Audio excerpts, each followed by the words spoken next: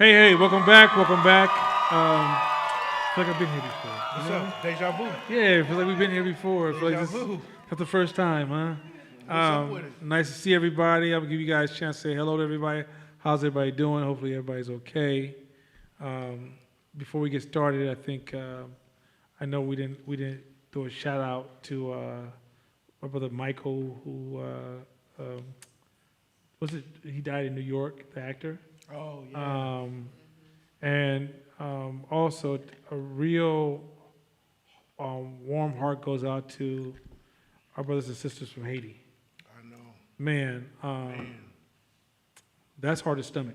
It is. But that, I think, if you want to say, why do you want to become successful or financially strong? Let's say they use the word financially strong. It's so I don't have to sit on the sideline or outside the fence and watch this happen. I want to be able to jump in the game. You know what I mean? And it's like,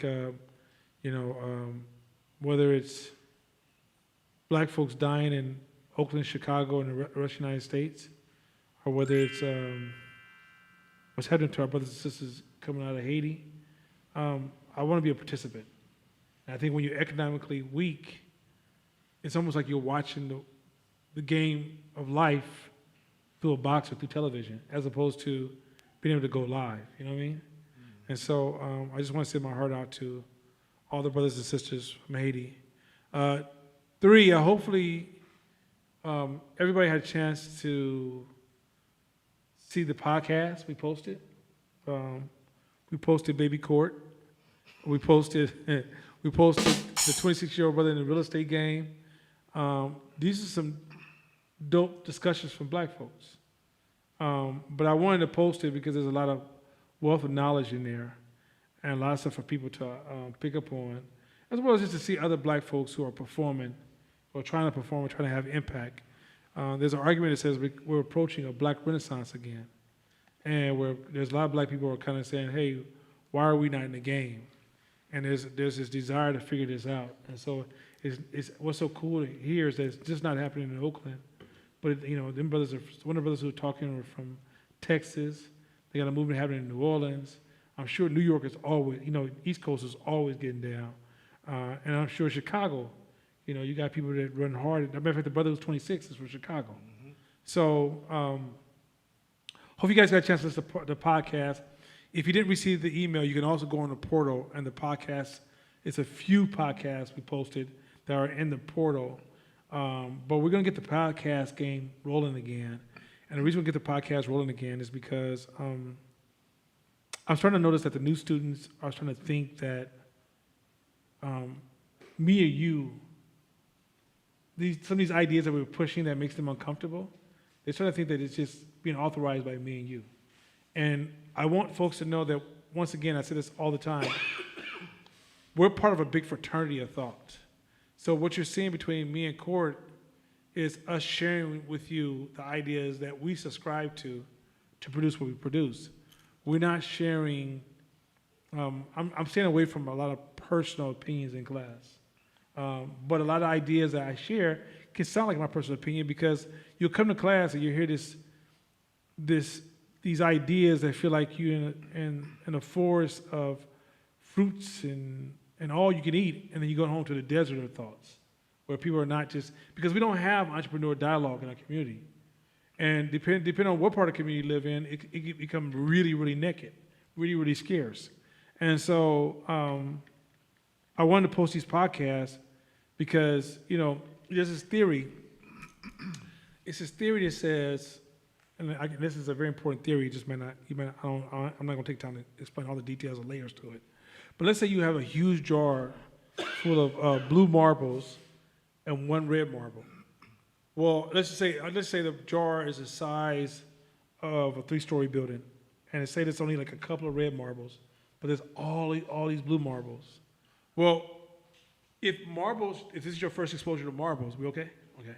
If this is your first exposure to marbles, we have very little information on the red marbles. We can tell you everything in the world about the blue marbles because they're everywhere. But we will have very little information on red marbles. Now, when we run across our first marble, we have a little bit of information, but we still don't have a lot of information because we're used to the blue marble, but we barely ever engage the red marble, right? And I don't think what people don't realize is that success is like the red marble in a jar full of marbles, right? Success is not sequential. It is something that is, you're playing the odds of probability. And most people who teach success have never even experienced the risk of obtaining success. So a lot of ideas that we share are going to be like the red marble because it is not a common journey that many take, right? The most common journey that people take are journeys of certainty. I mean, I got a check coming every week. That's what the majority of the people in American society they're currently in. So the classes we teach in this, the things we teach in this course, when I give you guys a red marble, the reason you turn around and try to have a conversation with other people is because most people are building their foundation on the blue marbles. And so if you try to express, no, there's a red marble, they're like, come on, man, I ain't got, look, you on some other stuff. Matter of fact, Jasadi was telling me this one dude said that he believes everybody in Hollywood had been raped by another man. That's the reason they're successful, right? And whether you know it or not, I hear this kind of language from black people all the time because we suffer from scarcity and poverty for so long. It's hard to accept our brothers and sisters can be successful because then it may suggest that we may not be good enough, right? And so a lot of times when you bring these ideas that separate you from the herd and start to signal growth, quite often the blue marble culture is going to say, hey, I'm not with that shit.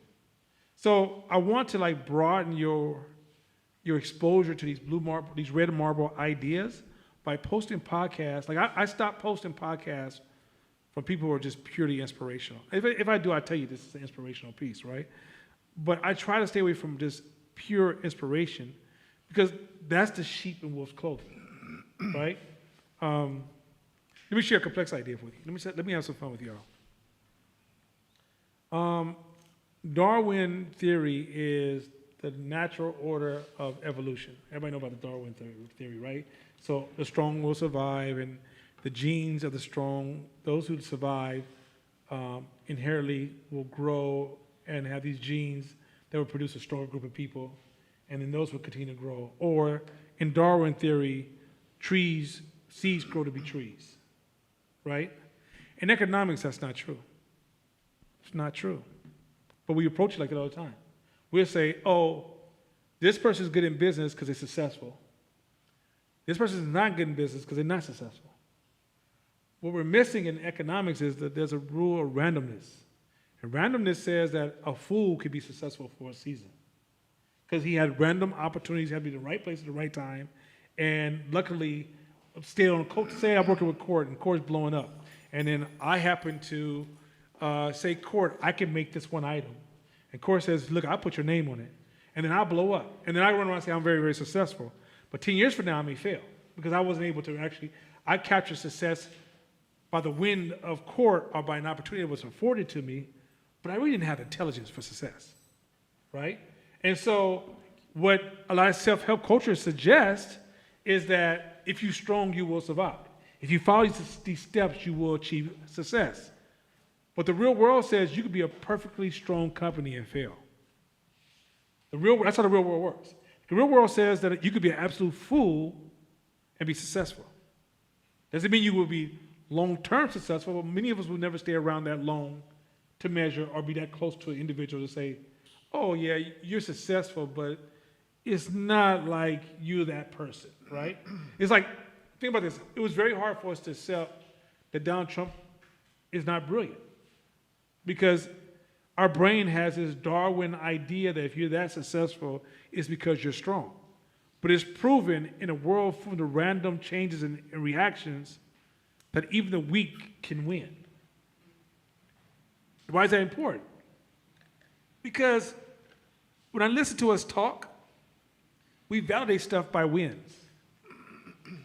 We don't go past that thought. So once I validate you through a win, I automatically open myself up to be manipulated by anything you say, even if I've done all the research in the world. So you can come to me like, hey, I can say to you, well, look, I must know what I'm talking about. I built this. I have this much money. That means nothing. Doesn't mean anything. Like you have to learn to think beyond the winners and the losers because in real economics, it doesn't matter. Look at the stock game. There's people in the stock game take off, make millions. And don't you realize they didn't know what the fuck they was doing. Matter of fact, it's proven a lot of the top stock people are not the most educated people. And then you might find some people who brilliant as all outdoors, statistical, mathematical, and they stay broke in the stock game, right? So in economics, you have to understand that the Darwin idea, it doesn't translate into economics the same. And so you have to really, in this business thing, now there's an argument that says you could produce mediocre for years and years and years and years, and finally you pop. But it's really about staying in power, right? So it's like, let's say Court was an okay clothing designer, but he continued to work on his growth and just stayed with it. He may fall, drop, fall, drop, fall, drop. But there's an argument that says if he stays there long enough, he will have popping opportunities. Now, what he does with those opportunities will increase his maximum chance of output. But there is nothing to say that he is guaranteed success because he's a strong person, right? It's a false notion that when you get into business, it doesn't apply. And so that's why when somebody goes, oh, you should meet this person because they're successful, that doesn't mean that he's valuable. Now, you could see the intelligence on how they show up to that success, but you'll meet some people who are successful, and when you sit down and talk with them, it's almost like you're talking to a wall. Go ahead. So if you are a business that's starting out, because I feel like I can get there from like an interpersonal perspective. Like I can say to myself, my rhythm is like I choose that, right? That's important to me. And some days are good days, some days are bad days, but I trust that.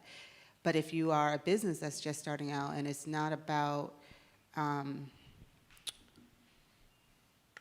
if I'm not blinded by wins, if I can't really look at that, and long term is afar off, what do you look at in the right now to be able to say, yeah, this is the right direction, or I have a blind spot somewhere and I can't see it and I'm missing something? So here's something really funny that surprises the fuck out of me. When I first learned a long time ago, human beings don't learn from mistakes. We don't. Human beings repeat mistakes 20, 30 years later. You say, did you not see what happened? And human beings repeat it again, right? Human beings often stop paying attention to history, knowledge, information, learning in the name of chasing stories of, I need those fast set of advice for somebody who's in front of me. That's where I'm going with this. Like, it's okay to sit down with business people and ask questions, but ultimately you own the information and you need to put the research in and you need to be able to track. When you're trying to learn new ideas and new principles and new theories and new strategies, you gotta learn the terrain you're playing in and how those ideas fit. You can't do the elementary approach is, I'm gonna just go talk to Court and figure out what to do. No, Court can give you advice, and there's nothing wrong with that. We're not stripping that down. It's when you take his advice as if he's a god and you run. What you're supposed to do is hear his advice, and you're looking for his advice to spark different thoughts. But ultimately, when you're making decisions for your company, you should be spending time doing research and looking at different outcomes to that space you're making a decision in, or that discipline. And often we don't do that, right? They were saying, the famous story that Warren Buffett only makes 3 decisions a year, but he spends his whole year prepping for those three decisions because he's looking at all the variations of possibilities for the decisions he has to make, as opposed to kind of, this is what I do, this is how I do it, or this is my basic. Like, you can't make decision-making basics. It has to evolve to a level of complexity. So if you want to start a new business, you gotta accept that there's a degree of risk because you can't learn as fast as you need to learn. Otherwise, you get caught in paralysis of analysis. what you want to do is, as you move, you got to keep learning. Move and learn. Move and learn. You don't see you made a lot of mistakes. Also, don't be uncomfortable. Sometimes you can make a mistake a win if you when you get really good. Like a mistake is not the main focus. I can make a mistake and it turn. Like for example, the other day, I was on the phone. Santa Clara County wants to integrate Fighting Media into their public health communications. So I'm on the phone with Marquita talking about something, and I'm 6 minutes late to the meeting because I'm just talking to her and I've just lost track of time. So I'm going running to my computer to log into Zoom, and I'm about to like confess to, oh my God, I was late because I was talking to somebody in my team. I thought, why the fuck would you do that? That's a sucker move. So what I did was, I got on there. I was like, whew, it worked. Hey guys, sorry I'm late. It's hot in Oakland today, and my router was overheating, and I just put a fan on it. So I think this is going to work. So if I do fall off, just bear with me, guys. I might have to go through my telephone. And hey man, don't worry about it. And I removed that whole experience of the 5-minute judgment of being late, right? Or I could have went in there and went, man, I made a mistake, so I need to face it. No, in business, you don't necessarily, if you can get around it, you move around it, right? And so I'm always, going back to your question, I'm always studying strategies, but when I'm wrong, I can accept that I'm wrong. And I can also, doesn't mean that stopped progress. It just may not be the progress I could have really. So for example, you could be working really, there's an argument that says that a person who's running a big corporation and a person who's running 7-Eleven is putting the same amount of time in. But one has higher quality strategies. So when you first start, the reason you're making like a close to a bare minimum is because your strategies are not rich enough yet. As your strategies go, your income increases, right? But I wanted to plant in everybody's brain that business is not Darwinism, where just through hard work and being strong, you will be successful. Because you hear it all the time. Even there's an argument that says that that sometimes the weak will survive because if something kills 50% of the weak, the other 50% survive because they avoided the incident that could have caused their death, and they may last longer, but their time is coming, right? But because we can't measure that time, this is a really complex thought. But that's important because if you don't get this point, then this is where the pimping comes in. Because the pimping is on the side, this is anti-pimp talk. The pimping is when you think that the strong will always win, then the strong can just, I can fake I'm strong and then manipulate.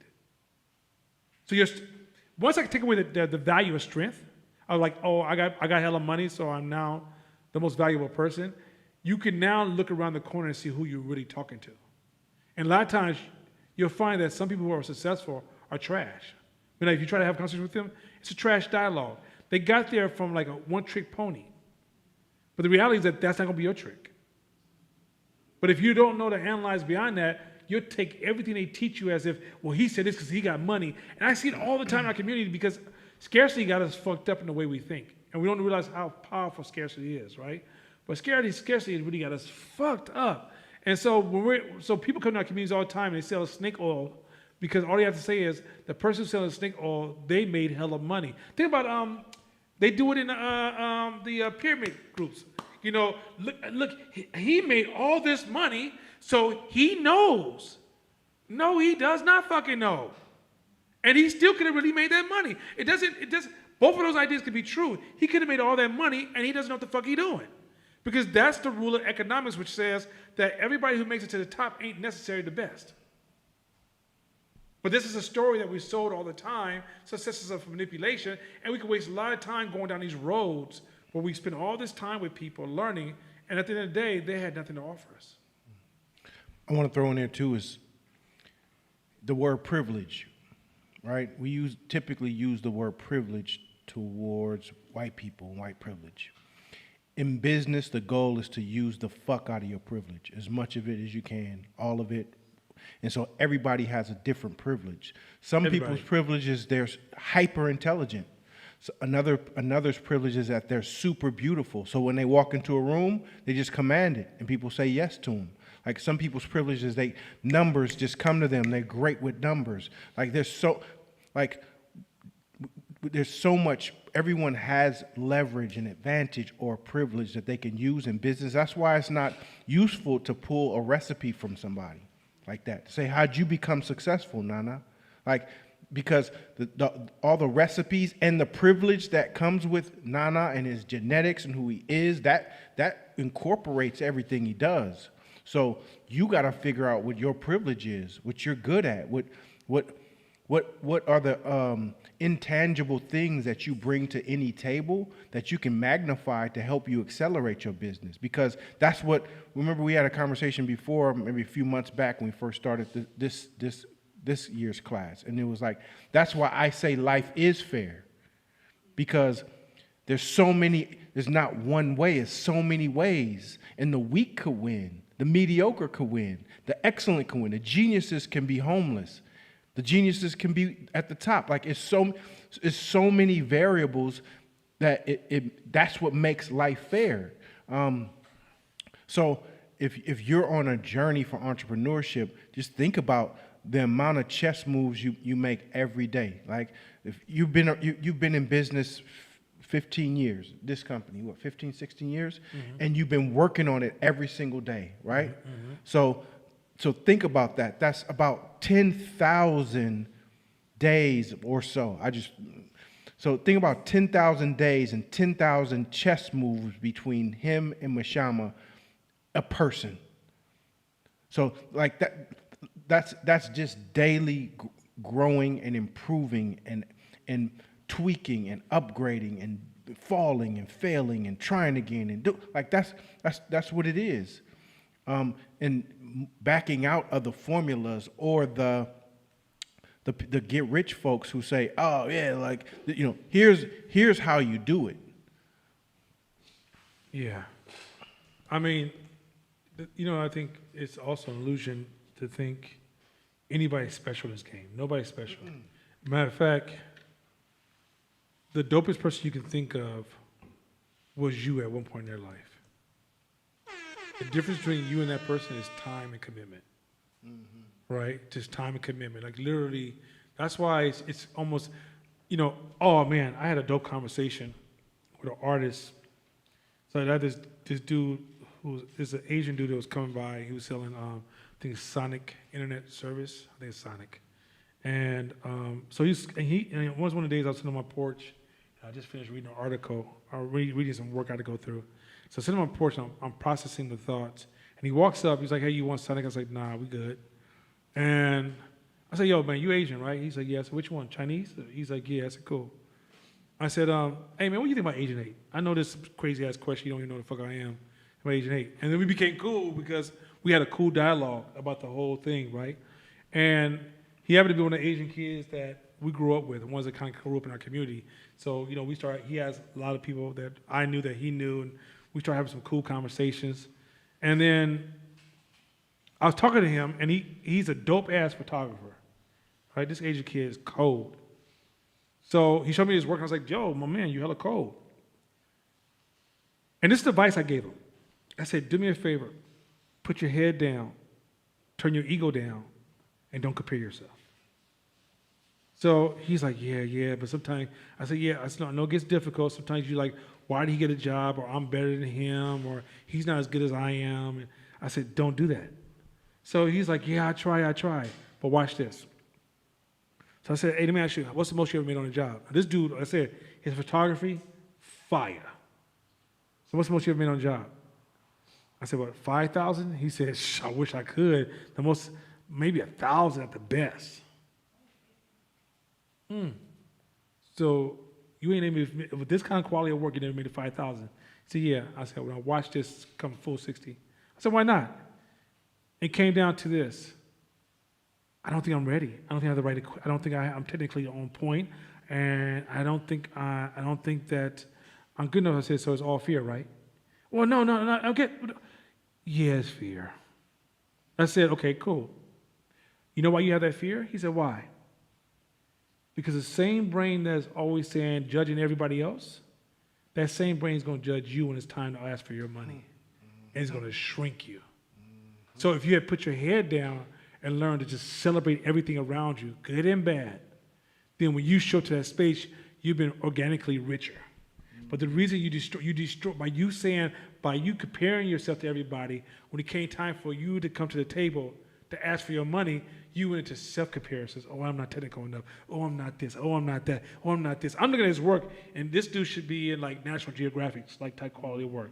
But his brain, the same brain he used to attack outside, attacked on the inside. And so my advice I was giving him was, it's so easy to think, because at the end of the day, all we're doing as human beings is projecting anyway. Most of the issues you care about is your projections. It's really you. It's part of you. If you don't like police violence, it's something about you. It's in you. Everything that catches your attention, a part of that is a part of your personality, right? And so at the end of the day, it's like you guys don't realize that that a lot of things you do that's negative towards others is going to catch you when you need to show up for yourself. Cold game. Hey, I got can I share a story? Yeah, you share a story. I don't give a shit. Two quick stories. One is I'm in a gym having a conversation similar with this guy at the gym, and he tells me, man, that's good. You know what?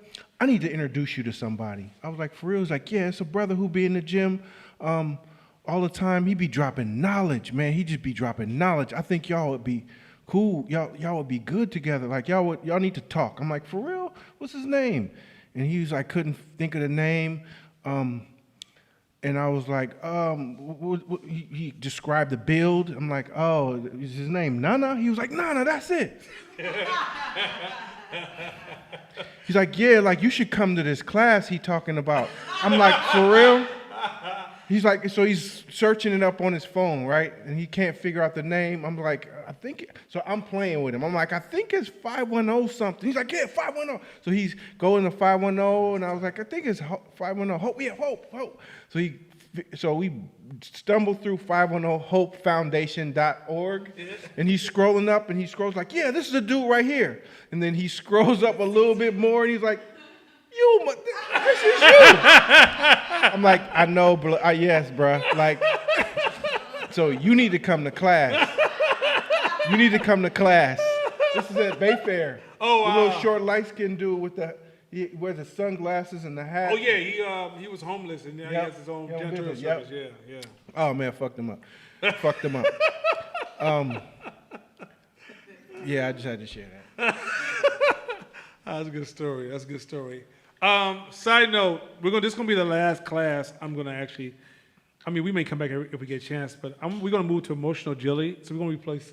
We're gonna stick with E-Myth because it's still more lessons on business, and it's kind of keeping us with a strong, rich business strategy type focus. But ego's the enemy. We're gonna jump into that today. But after today, I'm expecting that you guys are gonna stay with it, finish it, and then get the lesson. But we're gonna move on to emotional agility because it's so critical. Like, if you don't get this emotional agility stuff, the worst thing in the world is to be a brilliant person that can't use their brilliance because they can't get past themselves. And so that's why I want us to really shift into emotional agility as in our next book, While We Still Roll with E-Myth. And like the dude said, there was in the one podcast, the 26-year-old, he said, our people don't love or trust themselves. Mm-hmm. So when they have an opportunity to self-educate themselves, they don't trust themselves to educate themselves. So a lot of times I've been in this class and people are like, no, we gonna give me another book to read. I look at them like, what? Wait, what? Like, do you not trust yourself? Which that's a statement of I don't love myself, right?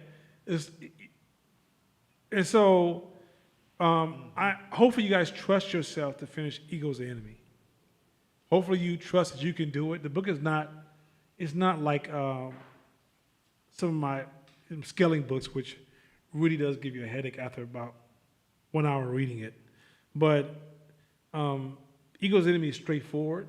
And if you have questions at any point in this class, you can ask. So we're going to do one more day of Ego's Enemy, but our next class, we get back from the little time off. We're going straight back to going into emotional agility. Next year, we're going to move a little bit faster. And the reason for that is because Court's going to be the dominant teacher the first half of the year. I'm going to be the dominant teacher the second half of the year. But I'm not disappearing. I'm going to focus the first half of the year raising the online communication. So we're having deeper dialogue online, and I'm going to push that. And then the second half of the year, Court is going to push that online communication. And what that does is when one person's teaching, we can move a lot faster. And the first part, so we're going to go through a lot more books next year. I don't think ever this class is going to be the same until we grow to a certain size. Because one, we improve the teaching every year as we see what works and what doesn't work. Two, as things change, we change with it. Three, our goal is not to be up here grandstanding and earning status. Our goal is to make y'all dope as hell. And we will never stop changing until y'all be to enough. Like if we got a point where 20% of our class is hella dope, then that's a good number for me to be like, okay, we could run this for a little while. But until I see, and when I say 20% dope, I ain't talking about you making a little bit more money. We're talking about you're starting to enter the conversation on how you're going to impact society because your money's that strong. Let's go by a second.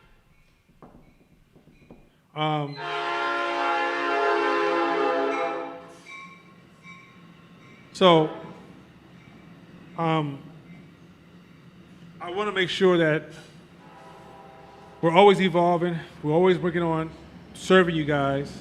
And trust me, let me be honest with you guys. If we ever ask any of our students to teach, let me share this with you. Let me share some game with y'all too. If we ever come to you and say, hey, you should teach with us, or you should teach a class, we're not trying to pour into your ego of saying you the shit. We're trying to give you a gift. Let me tell you where I'm coming from. Teaching this class has been a dope-ass gift. Because the reason it's a dope-ass gift is because it's easy to become an Audubon to reading, where you're just covering information really, really fast. But just as fast as you cover it, it's just as fast as you let it go. But when you have to take in information to teach it, it gives you a level of ownership that you can actually use. It increases your weight that you could throw around in the business world that makes you, it's almost like a superpower. And I can sit in a room with anybody, anyone, and I'm excited. Because the weight this class has given me in the last, 5 or 6 years, it's just become amazing. Like I look at the things I would talk about 5 years ago, the things I talk about today. I look at the way I compose, I compose myself in a meeting or when I'm talking to strangers in business. And I have the ability to talk to somebody and then feel like I'm like a ghost watching myself talk, and I'm smiling down on myself going, God damn.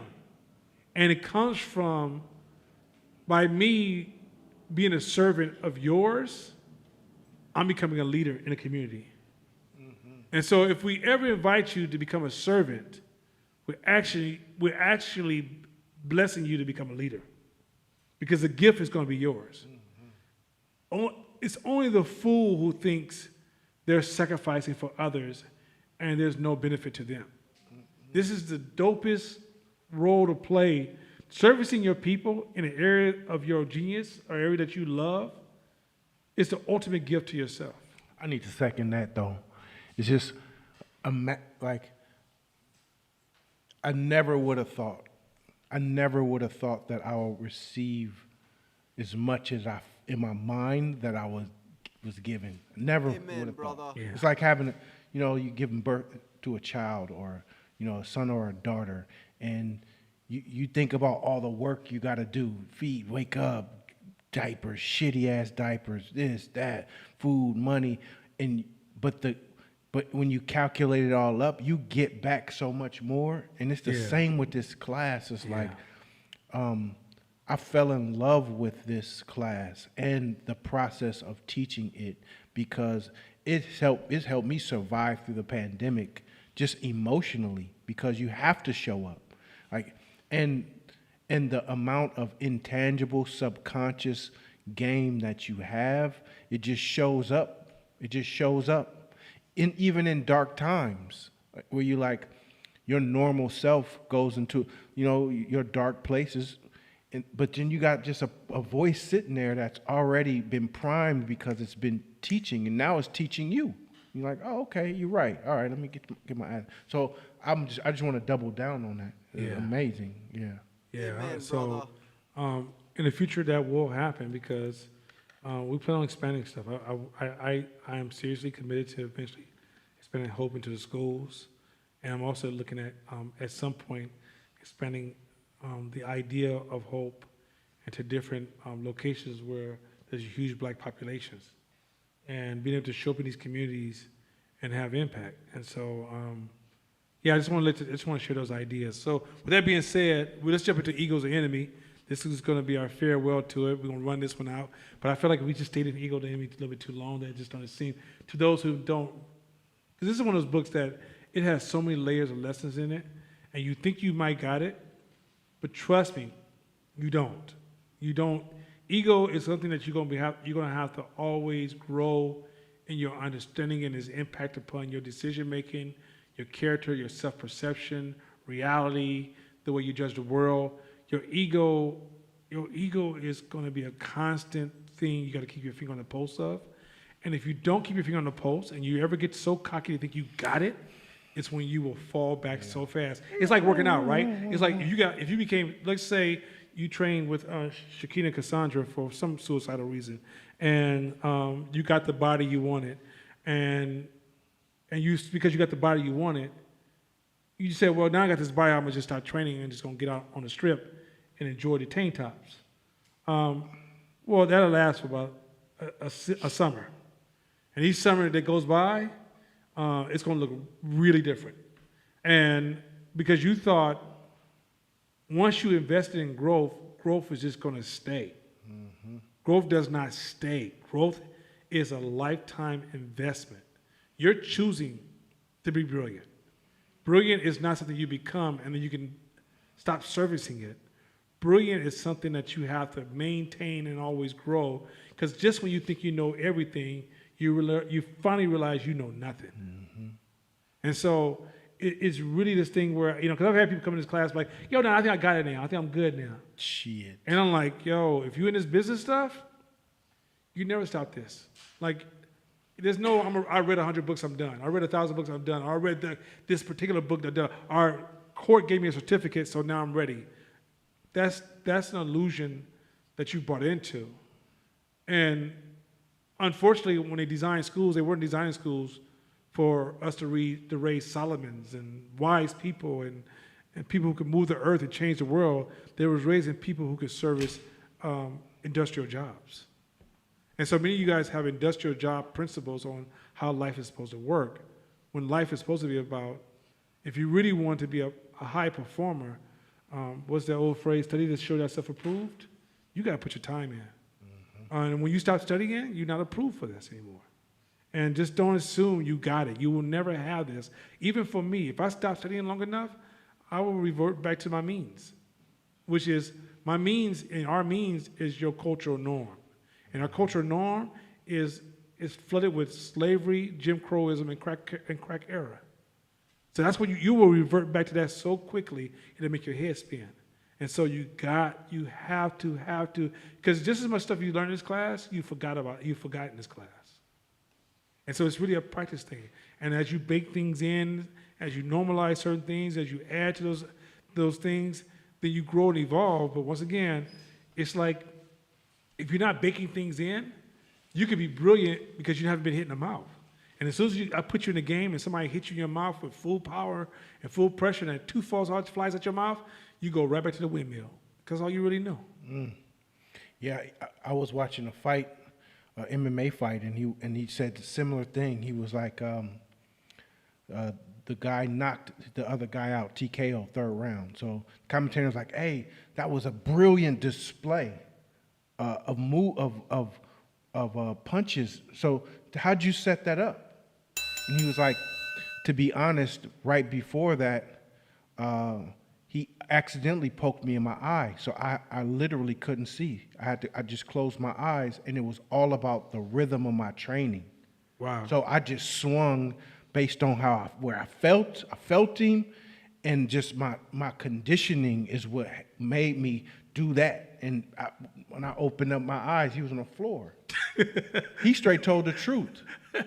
I love that story. But it's conditioning. It's your rhythms. It's all the things, because everybody got a plan till you get punched in the face or poked in the eye or all that shit.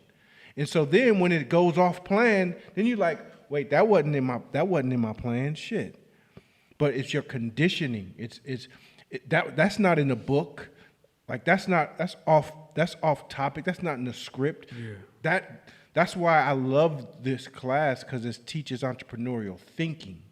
Thinking goes before the script. So you're like, oh shit, B didn't happen. So let me think of another letter, because my conditioning teaches me to think in that way. Yeah, I like that one. Couple die. All right, let's jump into who's our reader today. You reading? Okay. Look at Cassandra behind you. Like, I want to read. Sure, I don't understand why I can't read. My voice sounds smooth too. Like. Okay, you're like what's that? You're Nita Baker, and that's Minnie Riperton. How about that? Yeah, both of y'all can't lose. I love both of y'all. By the way, Nita Baker's raw as hell. Anyway, go ahead. Yeah, Anita Baker. We are still striving, and it is the strivers who should be our peers, not the proud and the accomplished. Let me say this before we go any further. You know, this was not in my wheelhouse of thought. If you would have asked me, Nana, does this make sense to you? Because whatever happened in my life, I just never been this kind of person. But I realized a lot of people are like this. A lot of people will think they're becoming successful because they hang out with successful people. And a lot of times, or they would meet people, let's say there's a level in your brain of people that got $5 million. And you reach the $5 million point, but it's not necessarily all you, but whatever, you just reach that $5 million point. You see this in hip hop, you see this in actors, you see this amongst artists. You start acting as if there's a whole bunch of people behind you, and you're up here, right? You start performing in your mind. But once you buy into that we are up here and we're successful, that's the beginning of going backwards. Because you think it's almost like a form of entitlement. I'm here, so I should be able to stay here because of who I am. And because I put in all this hard work, I deserve to be this. Not realizing that in theory, you should be back here, right? In theory, I've seen it happen so many times where I see people, you know, they almost join the fraternities or sororities of people at that level. And they start talking as if, oh, we're all at this level now, right? Even like that dude in Seattle was like, I was like, let me talk to you about some business stuff. He's like, I don't need to because I hang out with these millionaires. Didn't know shit about business. But he was convinced because he hung out with millionaires, he was qualified, he's the next upcoming millionaire because they accepted him in his circle. Like some of us will go smoke cigars and put on suits and brims and hang out where rich people hang out and think they are doing successful shit. I'm going to sound like my daddy for a minute. They just poor Negroes hanging out with white people, right? Because at the end of the day, that ain't your space. Or you go, or let's go to black women. You put on that nice ass Gucci outfit that you spend a whole paycheck on. And then you go to a high-end restaurant where a plate is $500 a plate. Just to come back to the poor people and say you did that. Right? As if you really doing something. You did nothing besides throw money away on an idea. But yet in your brain you feel like, yeah, I did progress. Or you'll go to a hotel where it's only rich people and tolerate food you don't even fucking like. They can bring food the size of my thumb to your table talking about, and this is your next dish is this. And you act like you have the greatest time of your knowing goddamn well you're about to go to Popeyes. Right? And the reality is that this is the bullshit that we bought. Oops, my headset. Let me hold on a second. Because I want my headset. This is my favorite headset. Okay, one's right there. Both of them?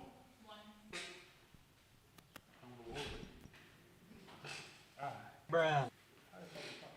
Just 1 second, y'all. One here. That'll go somewhere.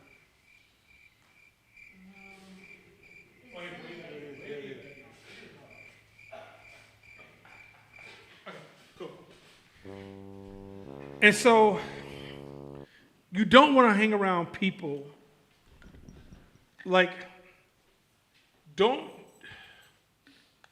lock yourself into a fraternity of success.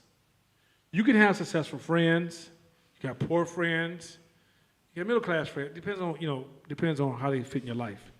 But don't get into this idea, I'm part of the rich team. I'm part of the hell successful no. team.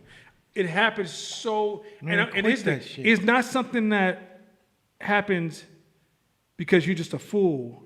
It's like a magnetic force trying to pull you in. Because in the end, you saw these people when you were trying to ascend. And so as soon as you get up there, they finally start treating you like you family. And they invite you in, which makes you feel like you're good enough. They almost validate you. And if you don't have any sense of humility, if you don't understand the power of the ego, that shit will actually cripple your growth. Go ahead. Without this understanding, pride takes our self-conception and puts it at odds with the reality of our station, which is that we still have so far to go, that there is still so much to be done.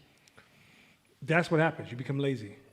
You become comfortable. You think you've made it. You think it's over. Okay. If you make $1 million, I see when I first made $1 million. Oh, you're part. No, you're not part of shit. You made $1 million right now. $1 million be gone next year. You spend $1, now you're not a millionaire no more. Yeah, you just literally, yeah, exactly. You got to realize, no, it's about a rhythm.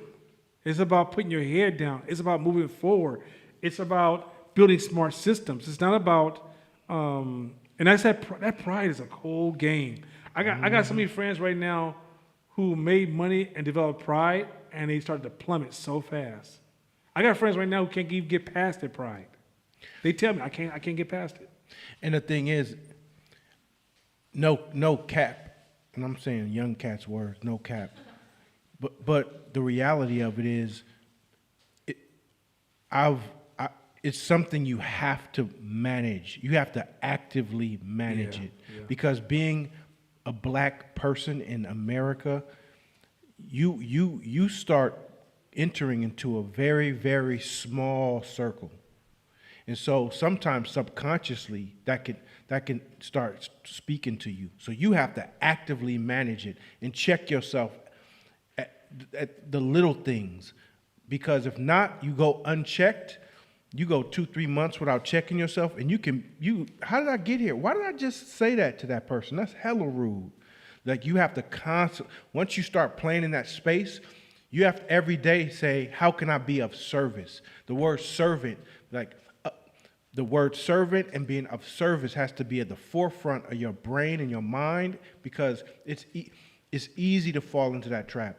And even if you have the best intentions or the most humble intentions, because a lot of times if you've never experienced it, you can sit back and judge like, oh, I don't like Nana because he think he all that, or he treats me like, or he hella arrogant or whatever. But not realizing, have you ever been a multimillionaire before? Like, have you ever played in that space where you can just buy anything you want and the shit that come out of people's mouth be hella stupid and you don't even have you been in that space? So you have to work on that muscle. As you get there, you also have to be monitoring that, Yeah, and then we say there's other thing that happens. Let's say you enjoy going to Yosemite with your family. When you buy into that circle, you will also change your spending habits that you can afford. Because after a while, you start spending money to stay in that circle. Now realizing, by you disconnecting from that whole idea and just saying, I'm not there yet, I never will be there yet, it keeps you humble enough and it keeps you you. You will literally lose yourself in this space. And I know this is something that some of y'all might be like, what the fuck are you talking about? But I've seen it happen when you make your first real good paying job. All of a sudden you start to make decent money and you find yourself just shifting all your habits overnight because you're really trying to spend money to be in the circle. Mm-hmm. As opposed to, I don't even like that shit y'all doing. Mm-hmm.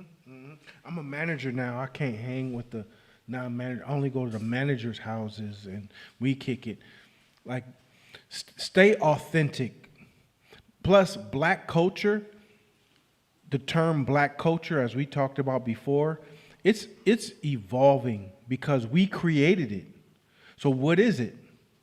So we, to me, part of black culture is learning to navigate amongst all of the different levels, economic levels. At times, you're gonna be kicking it with the killers and dope dealers, and the next day you might be with a CEO, because that's part of the fabric of black families and black culture. So, be authentic. To me, authenticity, that will keep you humble, because that's not saying being around people who always trying to degrade you or bring you down and say, oh, I remember, or I know your real name. I don't know the Nana. And they just refuse to call you that. It's a different, it's saying, nah, I know how to navigate it, all these spaces within black culture, and that also keeps me humble and keeps me grounded in terms of my growth. Next slide. In the end, this isn't about differing. This isn't about deferring pride because you don't deserve it yet.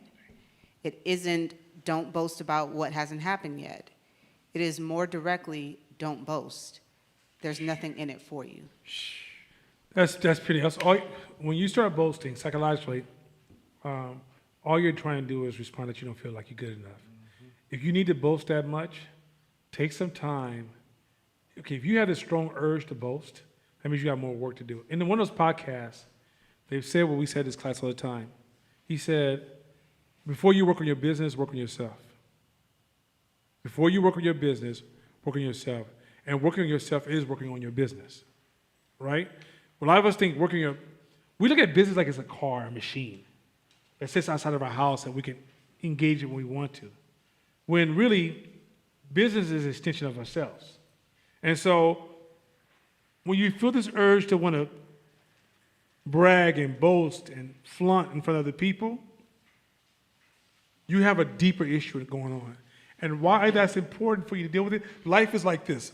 Life has the ability to tap you on the shoulder first, then shove you, and then hit you over the head with a brick. The tap on the shoulder is your desire to want to brag and stunt on everybody around you. That's your tap on the shoulder. Gives you the opportunity to start working on yourself. But if you ignore it, when it gets to the brick stage, you can lose almost everything you have in the name of stunting. Also, it's what do you miss when you're stunting? When you're stunting, you're not listening, you're not showing up, you're not observing. You're in a situation where you're trying to display yourself. And you're vulnerable to the person who says, hey, you want more status? That's when you become a hoe. As soon as somebody offers you more status, you drop you were willing to pay the world for it. I mean, think about, like sometimes I watch cats get paid money to go buy a $20 million house. You know what a $5 million house looks like in the Bay Area right now? How big that house would be? How far in the hills isolated it would be where ain't nobody driving up there, right? So $20 million? Do you understand what a $20 million? Okay, I don't know about y'all. I don't know if okay, if it's a husband and wife, I can't imagine anybody wanting more than 3,000 square feet. I can't imagine. Who gonna clean that motherfucker? Right? Who even want to, will you ever even go to some of the rooms ever? Right? That's because in the day, it's like, why are you buying this house? Because part of you is saying, I want a certain level of status because you're disconnecting from life. As opposed to, I want to enjoy my home is a different conversation. Right? And you can have all the amenities that you want. You might say, I want a swimming pool. I want big back doors that open up for the kitchen. I want a bedroom that's huge with a walk-in closet. You're still under $2 million. So when you spend $25 million on a house, that says a lot about where you at as a person. On top of that, too, you're making your life a lot more rigid.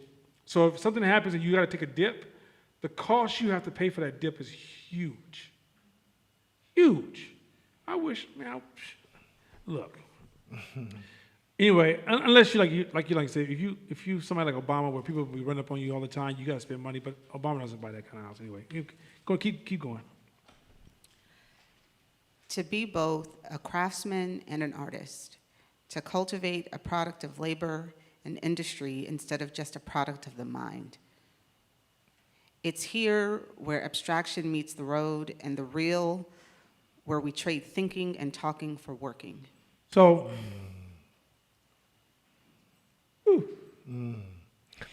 Hey, you, when you really allow your work to do the talking for you, that's like, if you feel like stunting, or if you feel like bragging, or if you're in that space, if you suppress that and keep your mouth shut and be humble and move all that energy and the quality and the level of your work, let that do the talking. Damn, that's a beautiful, man, that the details on that shit is crazy. Let that do the talking. I think it's because it's not like there is no output in being quiet and putting your head down. It's not like there's nothing on the back end of that. Because when you really do that and allow the emotions you feel and your desires to infuse that in the quality of your work, it's gonna come back to you. It's gonna come back on that. Man, those pictures were beautiful. That dance was amazing. I saw God in you. Like that is the beauty. You don't lose any essence. And a lot of times you get more. You just have to take that and push that away too. But like it still is reciprocal. It happens. But if us as black folks, we do too much fucking talking, especially on social media, on Instagram. The statistics have not changed. The level at which black folks are, we still have not changed, but you would be fooled by looking at Instagram. like, okay, so remember I said earlier about, is it okay for you to go to a nice restaurant? Of course it is, right? But y'all know the difference between a nice restaurant and some bullshit. It's a big difference. Is it okay for you to take a nice trip? Of course it is. But y'all know the difference between the room still feels the same, but this room is the CD room, and the CD room costs you $2,000 a night, and where our room, even though they look exactly the same, it's only $300 a night, right? But it's not. You don't get the CD room because CD room offers you any new amenities that you saying, hey, I want to treat myself to these amenities. You get the CD room because the CD room allows you to brag, right? Like, you go buy some tennis shoes. You don't buy tennis shoes because you really like the way they look or they really feel. You go buy these certain Jordans that you know, goddamn boy, are red bottoms that you know you don't want to wear because you're just buying status, right? Go back to what I said about being judgmental of other people and letting your ego get out of control. When you go around and you try to flaunt your status, that same energy is going to talk to you when it's your turn to climb. You guys got to understand, like, this ain't a one-way track, it's a two-way street. And on this two-way street, as you run around flaunting on other people, you're also impacted by other people flaunting on you. See, you only see what matters to you. There's hella shit happening in the world, but you don't see it all because it all doesn't matter to you. You're bringing a certain consciousness into your world. Once you participate in that, you're also a victim of the same thing you participate in. Consumerism loves your ass. Other thing too, if you read this piece here, is here where abstractions meet the road and the real where we trade thinking and talking for working. Do you understand that most of the business coaches would be gone? If they followed this, most of the business coaches wouldn't exist. Very few business coaches, very few stock advisors, people who tell you about what stocks you should invest in, very few of them share the risk. Entrepreneurship is not about what you know, it's about your ability to walk in the face of risk. I can tell you everything. Look, a lot of people can sit up here in front of you guys and tell you all these beautiful things about business. And and let me tell you how I know you're worth something. Are you worth anything? I want to listen to what kind of risk have you taken? Because doing business in a low risk environment is not the same as doing business in a high risk environment. Like when yes and no will cost you 50 grand, and you got to make 5 yeses and nos in the next 10 minutes, as opposed to yes and no. We'll just get people have people manage you, or you have to or you might have to cook dinner for your friends, right? And so a lot of people, because they haven't put any skin in the game. Skin in the game is so fucking important. If you don't, without skin in the game, I hate to say this, no matter what you're doing, you don't know what the fuck you're talking about. Because once you put skin in the game, there's risk. If you have a job with low risk, you cannot talk to somebody who's an entrepreneur with high risk. Because some of the principles are extremely different. So stop thinking because you read a book, because you hung out with certain people, because you worked at a company, you're now qualified to advise entrepreneurs. You can't.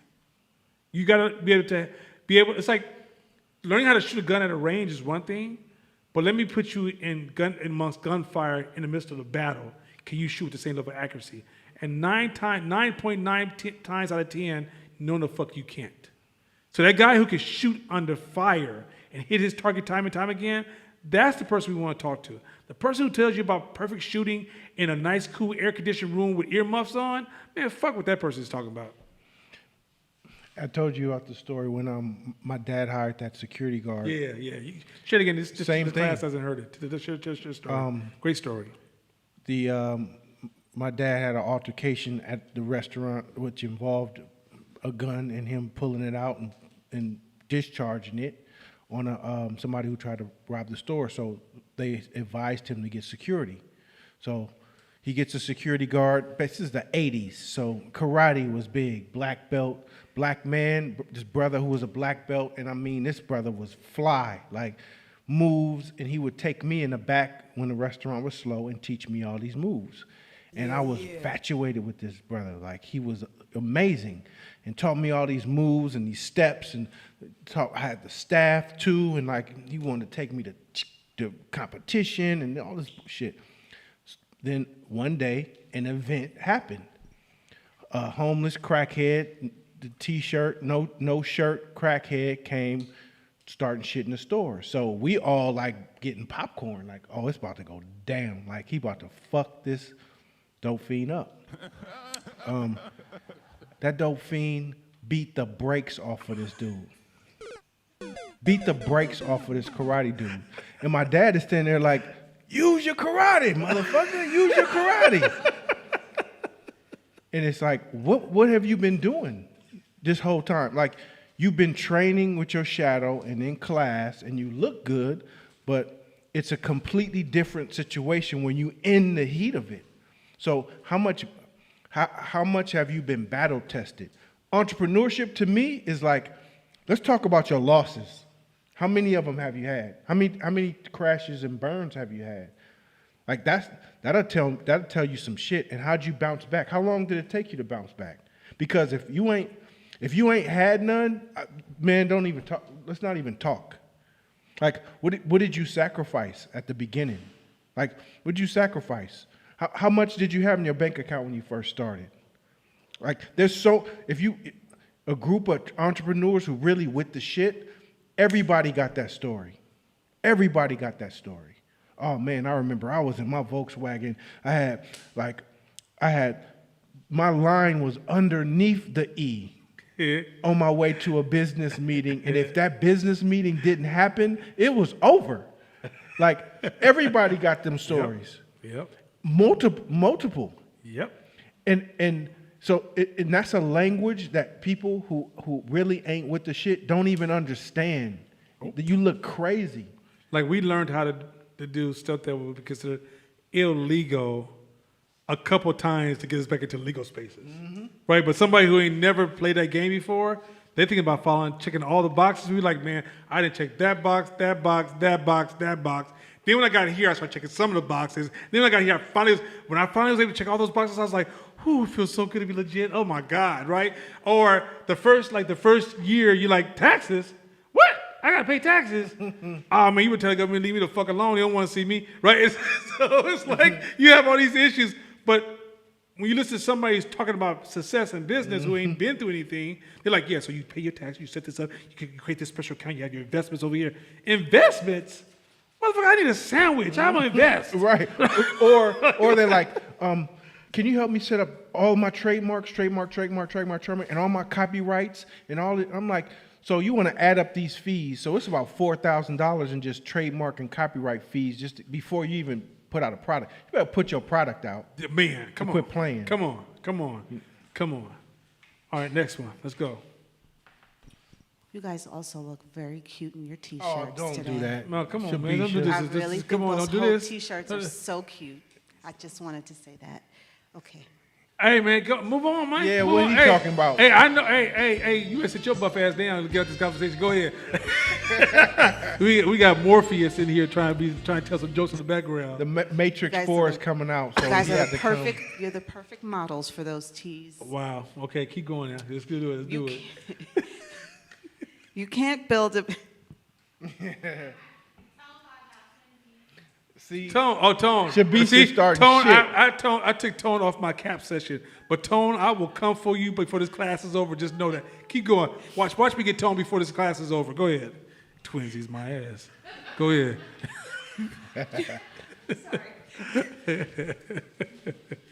You can't build a reputation on what you're going to do. I'm fitna. I'm fitna. And when I look at you like I don't give a shit, they get mad at me, man. And it's their ego. They don't realize they're fixed. I'm a fitna. I'm fixing to. But I'm fitna is not, because somebody going fitna. What the fuck is fitna? I thought that's illegal to take that. Fitna.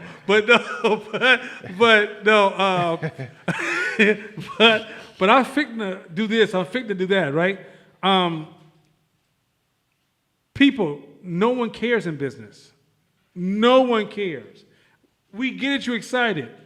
And it's cool for you to be excited. I don't want to strip all your excitement, but don't ask for no kudos for what I'm fixing to do. Because if fixing to do had any value to it, I think I've been crazy rich.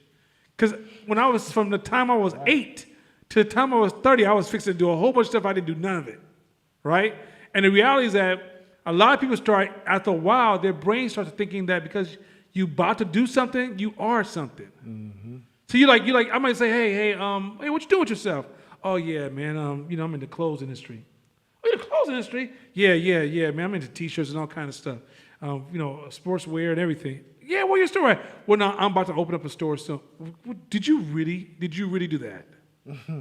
And what happens now? You might think, okay, what's wrong with that, Nana? Let's go back. Let's rewind that conversation. Hey, man, I'm thinking about opening up. I know. I say, hey, what you up to right now? Oh man, I'm in the clothing industry. Okay, I'm into sportswear and t-shirts, all kind of stuff. Oh, you should talk to my boy Court. He can show you some. I mean, do you understand? Yeah, I got that. I got that. That's what happens.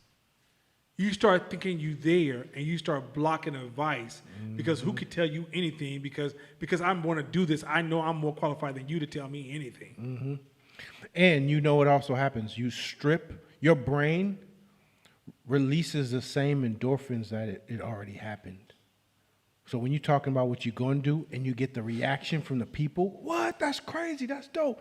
Your brain releases endorphins. So when it comes off that high, we good, we done. You don't have any adrenaline, anything to help you really push forward because you're going around saying it's done. You doing it and getting the good feelings from it. The best thing you can do is to conceal those intentions to everyone unless it's absolutely necessary for them to know. That's it. And if you want people to get on board with you in advance for whatever you're fitting to do, is study, increase your observation, and share your awareness, and you'll recruit early clients. So let's say you're in the clothing sports industry, and you used to see me in the street. She's like, "Yeah, man, I'm trying to learn more about the clothing industry." And somebody walk by, you go, "Hey, let me share something with you real quick. You see those pants? Those particular pants are really good in this scenario. The human body," and I'm sitting there going, "Damn, you know something about that?" Because you're putting your head down and you're trying to learn. It's going to become part of your everyday conversation. It's almost impossible if you really are putting your head down learning that you don't kind of mention it. But Yeah. in your organic mentioning of the stuff you're learning, you are recruiting your new market. But if you go into that same market and brag about what you're about to do, you're putting a wall. That market won't even take you serious.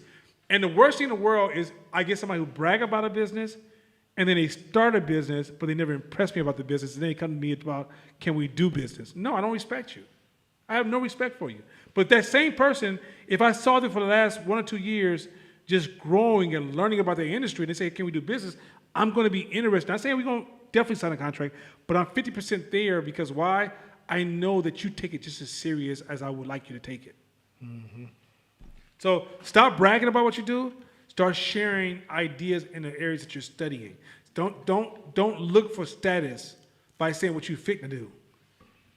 Gain respect by your level of commitment and research to what you're going to do. Next one. The hard thing isn't setting a big, hairy, the hard thing isn't setting a big, hairy, audacious goal. The hard thing is laying people off when you miss the big goal. The hard thing isn't dreaming big. The hard thing is waking up in the middle of the night in a cold sweat when the dream turns into a nightmare. That's a risk factor. See, that's risk factor. When somebody's teaching you about business or somebody's thinking about doing business or when you're in the kind of a job, you think about going into business, you're thinking about starting your business with no risk. So you're in this big audacious goal, and this is how it's gonna be, and this is what we're gonna do, and you're dreaming about how you're gonna be the head person in charge, and all these ideas, right? When the rubber hits the road is when the risk becomes real, and there's drops and increases and bad decisions and good decisions and all these different random things that are happening that are unpredictable, that the instruction booklet that you got from the 7 steps to success is not in those booklets. And if you don't have certain disciplined forms of thinking where you have to produce your own organic solution to your own organic problem, these are situations where these are people I'm interested in hearing their opinion. I don't care about people who say, oh, I went to a professor at a college is in that same category. Professors at colleges suck as far as business advice because a lot of professors, there's a guy who is an behavior economic leader in the universities. Dan, whatever, he has half his beard because he got burned badly in a fire. Yeah. So Dan, when the pandemic went down, they like, Dan, did you get any phone calls from the government? He's like, strange, I didn't. So I was like, that's strange. I'm listening to the conversation. And as he continued to talk, he's like, yeah. He goes, this has been excellent that they would call me because all of my experiments have always been in a lab. This has been the first real experiment I could have ever had. You wrote 4 or 5 books on this kind of stuff. Man, if you don't get People are following your shit. Your shit ain't never lived in the real world. You've had so-called control experiments. You didn't have experiments where shit just was random. And can that idea still hold up? That's popular in universities. Number 2, people who have jobs. You've never been in the real fucking world. Cut it out. People who work for somebody, you're not. Even if you've been a manager in the real world, you still had a structured environment to make a decision in. As opposed to, no, there is no structure. The only structure that is created is the structure you bring to the table. If you don't bring it, it does not exist. Now, with that structure you created, are you prepared to deal with when you're working inside of a company, the company can shield a lot of imagine you're in space, you're in a spaceship. This company has a force field, so it shields all the rocks and debris that can hit your ship and cause damage. But when you're an entrepreneur, you don't get that shield. So you have to be able to navigate wisely through those processes, right? And so we're not trying to scare you. What we're trying to do is, this is a muscle you can build, but you won't build it by listening to people who don't have skin in the game. Mm-hmm. Next one. Sure, you get it. You know that all things require work and that work might be quite difficult. But do you really understand? Do you have any idea just how much work there is going to be? Not work until you get your big break, not work until you make a name for yourself, but work forever and ever. Yeah, I said that earlier too. Like you're not going to just become intelligent. You're like, if you want to keep a nice body, you don't just get a nice body. That's work for the rest of your life. Anything that you're worth building, like you may change the degree of work that you do, right? So like, I don't believe in working super crazy, physically hard all day and all night. That may happen every purple moon, but that ain't gonna be the way you do it.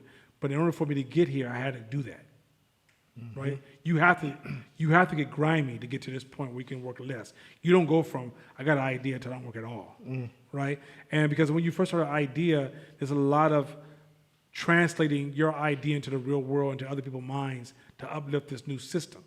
And so there is a lot of work up front. And so the more you're talking and doing all that other little, I call it, you're staging. You're on stage. You're being an actress in the business world. You want to talk about business. You want to flaunt business. You want to look business. You want to dress business. You want to do business. But no, you got to go work business. Yeah. Go work the fucking business. Hey, my son, my oldest son, he very, very, very intelligent up here.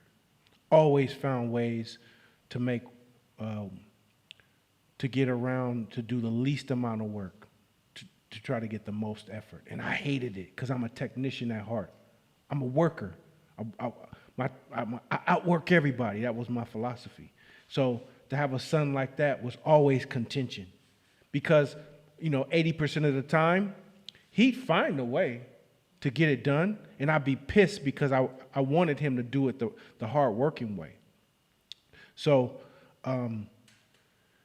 as he got older, that rift became even deeper. Like, I ain't trying to do all that work and you doing. Like, I'm gonna use my intelligence. I'm smarter than that. And I'm like, well, cool, try it. Maybe you can. And I've watched him go from trying to have the least amount of effort to being in positions now where he's building his own business and he's doing okay. Almost where he can make a living wage for himself. But I watched as his own business grows, I watched him have to start grinding. And he's up at night, 1, 2 in the morning on his laptop. I'm like, oh, hey, son, how you doing? You working, huh? He's working, designing. And then that morning he's working, designing. I'm like, I'm not saying that I was right because you are right. You're absolutely right because I was misinformed too about how success works. But we both share together that, me and you creates the best combination, meaning at the beginning, you're going to have to do this. But as you're doing it, you're always looking for ways to upgrade and back out so that you're working smarter at every step of the way. So then there's a time where you ain't got to do all this. And that's that's the knowledge that I didn't have at the time. And now you got it because it's already embedded in you. You're looking for it. So the beginning stages, that's part of the game. You can't tap dance your way to a successful place in business. Okay, next one. By this point, you probably understand why the ego would bristle at this idea. Within reach, it complains. That means you're saying, I don't have it now. Exactly right. You don't. No one does.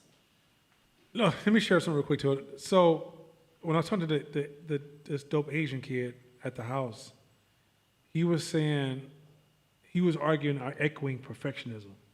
I want to be perfect. The world doesn't care about perfection. Human beings don't even like perfection. We're not even attracted to perfection. Like nothing about life. It's like, I think that, once again, I think this is a full circle. When you're over-critiquing the world around you and your judgment of the world around you, like you got this egotistical space, you start to hold yourself by those same standards that you can never reach. I can't begin to tell you, like, the typical way that we act in clubs, like, if you go to a club, in black folks club, anywhere in the United States, that's the way that we act, right? Or you go to a college with black folks, this is the way that we act. Go to high school with black folks, it's the way that we act. We join a big, large group of black folks, it's the way that we act. It's a very judgmental, I'm greater than you. Run from that as far as you can. Don't do that shit. Don't sit around on television all day talking about, oh, look at, she ain't all that cute. Oh, look at him. Run from that as much as you can. I'm not saying you're going to be perfect. No one's asking for perfection. There's going to be days you will say that. But I would say be more or less 90 80, 20, 90, 10. Not, where with most black people, we're setting 30 the other way. We know 70% of the time we got something to say about everybody. We're gossiping. Yeah. We don't realize that shit's gonna bite you. It's gonna bite you. Because when you decide to build your own shit, it's gonna haunt your ass. It's gonna haunt your ass. And you're gonna find yourself making a lot of decisions that's gonna cost you a lot of money that had nothing to do with nothing in order to remove that voice in your head, not solve the problem. So just trust me with this one. Like, once you start this journey, that shit's gonna come back so quietly. Because that voice doesn't just shut up when you're doing shit. The same voice that says, you know what, I don't like, Tone Vic shirts he wear because they hella tight on his stomach. That's not the point, right? I told you I was gonna get his ass. Y'all thought I was gonna come for him, but I did get him. But point is this. But just say you don't like Tone Vic tight sweat-free type shirts, right? As you insult him, when it's time for you to get dressed, you're gonna be almost stunted where you can't even leave your house. The more you can look at Tone and says, you know what, fuck it. He likes it, I love it. That's my boy. My like is not everybody likes. If I don't like it, that's just me not liking it, but there must be some beauty in that. That's why he keeps wearing them tight-ass shirts. He thought I was gonna get him, but I told you, just give me some time. I'll find a way to get to him. But the point I'm saying is this, is that me and Tone's like brothers, so he knew I was gonna get him. But the point is this, and so the thing is that as you attack people and do this status game, I'm better than, snob people, it has no fucking psychological, I can't begin to tell you, run from gossip, run from talking down about, because, okay, let me tell you about gossip. If I'm talking about Court Smith and I'm having a conversation with you, I'm going to tell him. That's not gossiping. Gossiping is something I can talk to you about, but I won't share with him. Often gossip is used to state that you're better than the person you're talking about. So if I say, hey man, you hear about Cassandra? Yeah. I saw at the gym the other day, man, I'm benching 325, you know me. She walk in, man, she breaking bench like 75 pounds. I'm thinking like, what? I might she's injured. I might leave that out, right? But I don't know, I'm looking at her. Hella I'm weight, thinking, talking all that shit. yeah, hella I buff. thought she was hella buff, right? What I'm really doing is I'm saying I have envy for her.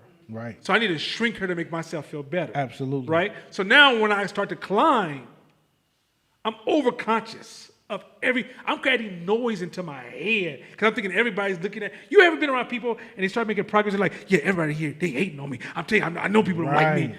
It's because you've been that motherfucker talking about Yep. everybody when you was Yep. down there, and Yep. now that you rising, oh my God, that voice is your punishment. Paranoid. You paranoid. So just trust me when I say this. Lower the gossip. Like Stop it. like if you can examine, it's okay if you say, hey, you see Shabisha the other day, she came in, she did this. Okay, if you're willing to talk to about Shabisha, about something that Shabisha's doing behind her back, that means you're also willing to talk to her in her face. If you don't have the candor to talk to her in her face, you only talk about people behind their back, that shit will create make-believe enemies in your brain. Yeah, and some people try to justify that shit by saying, well, I ain't got no problem saying it to her, to them in their face, so let me gossip. But don't say it to their face. So don't use that as justification. Like if you don't know what people are going through.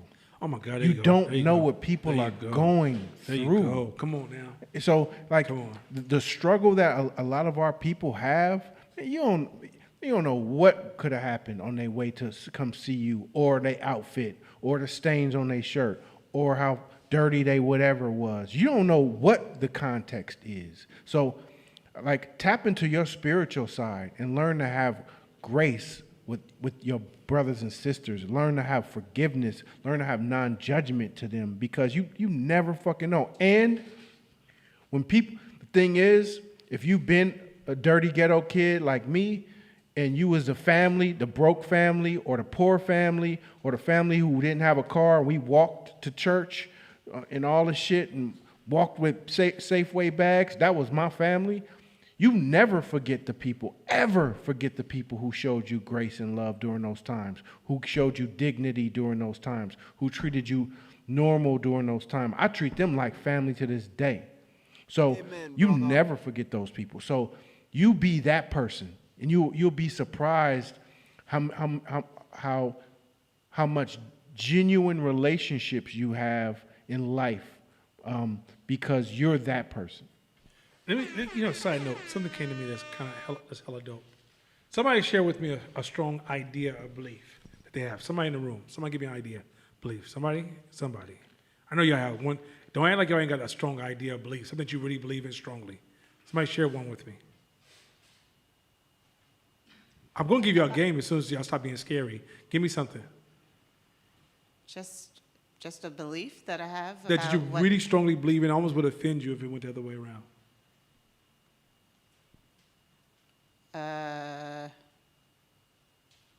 Anybody else in the love room? is more. You have to Love, be able to, like, I asked her, she's like, trying to think. But anybody in the room got something? I need something so we don't have to hold the class for 45 minutes while y'all process. A strong belief you have. A random strong belief, yes. Just a random strong belief. Huh? If there are four heads in the back of the camera, What? What? Shut up. Next. Josh, and his why? Yiddish comedy is ridiculous. Go ahead. Somebody else? Would y'all get a belief that's strong enough that somebody said, I don't eat sugar, you get mad? You should only marry within your same religion. Huh? You should only marry within your same religion. Good. Thank you. Oh, these beliefs were so weak. Everybody's like, you ain't gonna cut my nigga off. Ants walk forward. That's a belief I have. Don't give me no weak ass belief like that. Okay, you should only marry within your religion. Yeah, girl, I'm Christian. No point. Okay, no. Here's some game. Now, how is the opposite true? Show me how that one's true, and then can your brain show me the opposite being just as true? Can you? No, I'm just saying yes or no. You don't have to give me the details, but yes or no. Can you see the truth of both sides accurately? That is a superpower in business. Let me tell you why that's so motherfucking cold. When you dig too deep into a core belief, you smother creativity. Creativity, when you walk out into the real world, everybody's not you, Mr. and Mrs. Eagle. When you walk in a world with strong beliefs, you smother your opportunities and things you can possibly do in this world. Your super ideas are going to run out real fast when you start a business. They're going to last you about a couple of months. And after a couple of months, them ideas ain't hot. Now you average. So let's say you guys got some dope-ass business ideas. Those dope ideas are just less than 1% of what it's going to take for you to be successful in that idea, in that business. You might be like, nah, I got this dope-ass idea. I've been thinking about this shit for a long time. I done learned some shit. I done went to school for some shit, and I'm ready to launch this idea. I know I got it, right? No, you don't. That's 1%. Because you're looking at things as destinations. You're not seeing a continuum, right? So because it's a continuum, treat your idea like it's gasoline. Is it valuable at that moment? Yes, but it will run out, right? At some point, you're going to be far away from a gas station and still have to produce gasoline. You cannot produce gasoline or creativity if all your creativity is based upon your strong beliefs. At some point, you have to learn to see brilliant in the opposites, because quite often, a lot of your knowledge is hidden behind your beliefs. So if you believe a woman should only marry within a religion, you should be able to say, and when should she not? Which is the opposite idea, is just as strong. It doesn't mean that you have to change your beliefs, but what it does is it opens the world up to you. So then when you see people, you're slow to judge them, because why? At the end of the day, you realize they could be they could be the opposite of what I understand. But when you feel that your belief is reality, this is kind of the same space, you will miss so many fucking opportunities because your beliefs are blinding you. Like I just gave, number two, I'm gonna add one more to it. Every customer that gets on your nerves, every client that gets on your nerves is a gift. Mm-hmm. Mm-hmm. If you blinded by your beliefs that they get on your nerves, you just lost. That means what you just told me is the only way you can move your business successful is perfect people come across your table. Can you move in a world that's imperfect, full of randomness, and still make your business grow forward? In order for that business to move forward, it cannot rely upon a perfect response to a perfect idea. Mm-hmm. It has to be able to move amongst a whole bunch of imperfections. So if you have enemies and allies is where you have a line that says these are good people, these are bad people. You have to learn how to move amongst both sides. Because if you bring a business, that means that if you get a drought of good people, you're dead in the water. You can't pay your lease. You got no income. You can't pay people's checks. You can't pay for shit. So at the end of the day, this whole cultural movement of I like these people, but I don't like these people, it's okay if you have that because we were raised that way in our culture. Stop and start looking at the people you don't like and say, what about what they believe in is true? So y'all know I don't like earthly people to save my life.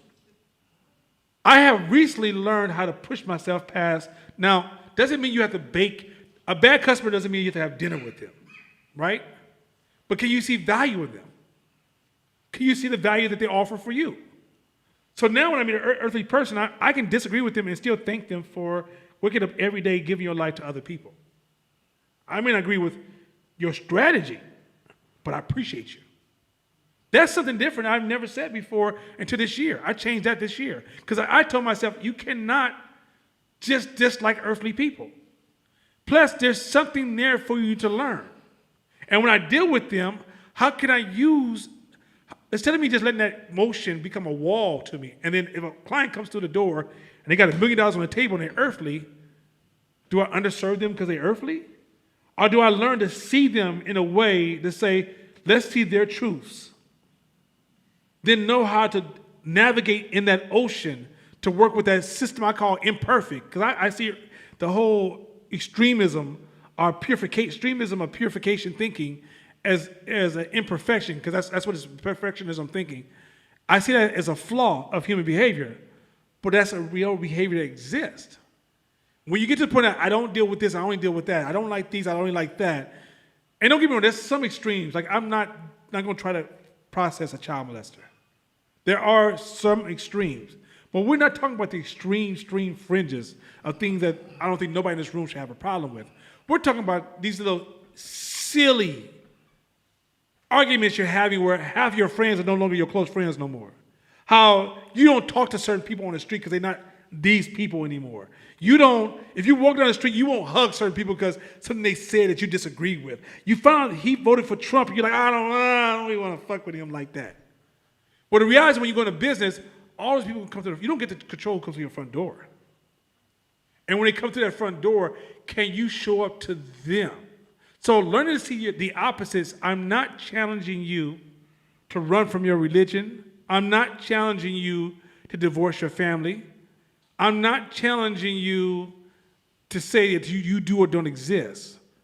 What I'm challenging you to do is open up your thinking so you can improve your decision making and gather more options in your choices. Some of you only have one option for a lot of your fucking choices because you got so much like and dislike of people. If you learn to focus on loving people, seeing the value, like find the beauty in the things you disagree with. Like those who follow Trump, what's the beauty in them? What were they fighting for? Now, you may not agree with everything. It doesn't mean you would go vote for Trump. I wouldn't expect you to vote for Trump. That'd be silly. What I expect you to do is if they come to your door, you can say, I see the human in them. And you appreciate them. And you show up to that and you build and you do and you make that transaction, you serve that customer, and you grow your business aggressively. And then the things you want to impact in this world, you take your profit and you make that impact. But what you don't do is use your business to start judging good people from bad people, smart people from dumb people. They don't get it. Please, I can't. Look, I went to the BMW dealer. And I've been to Range Rover dealer. Those are very, status 2 cars. There's this particular BMW dealer that everybody I know who've been to them have similar comments on how they got snobbed. I got snobbed when I was 21 when I went there, and I got snobbed at 53. I got snobbed. Now mind you, you don't know who I am. We're in a different culture. Everybody don't wear suits like this ain't 1965 where we're going to wear suits, you got money, you don't wear money, you wear overalls with some patches. That business made me feel as if, even though I got the money to buy whatever I want, they made me feel uncomfortable in that particular store. Where when I went to Range Rover, the lady saw me and she talked to me and she engaged me as a human being. And we were nowhere near the same circle. Her circle's over here, my circle's way over here. But when I walked into her business, I felt for that day, I'm in her circle. I felt like as we hung out the night before at a restaurant having a good dinner together, I left and I met her the next day at the car dealership the way she received me. That's good business. That's good business. So black people, check some of this, learn to see the opposites and learn, we talked about this before, learn to see your adversary as your ally. When you learn that game, it's going to remove the snags you have, because business has a whole bunch of snags that can snag you. Some of those snags can snag you for the rest of your business life. When you remove your judgmental undertones, it allows you to move fast and swift and aggressive in the game. When you start getting caught up in these snags, like, oh, I don't like, oh, I don't like, oh, I don't like, I don't like, all that, I don't like, oh, I don't like, all that. And don't get me wrong, doesn't mean that you have to embrace everything. Doesn't mean you have to go home and sleep with people. That doesn't mean that you got to invite people into your house. It doesn't mean that you agree with everything that everybody does. But can you see the beauty in them? Can you see the opposite as being true? Hey, I noticed in some circles during the pandemic, prior to the pandemic, there were certain entrepreneurs that would never speak to me, walk right by me.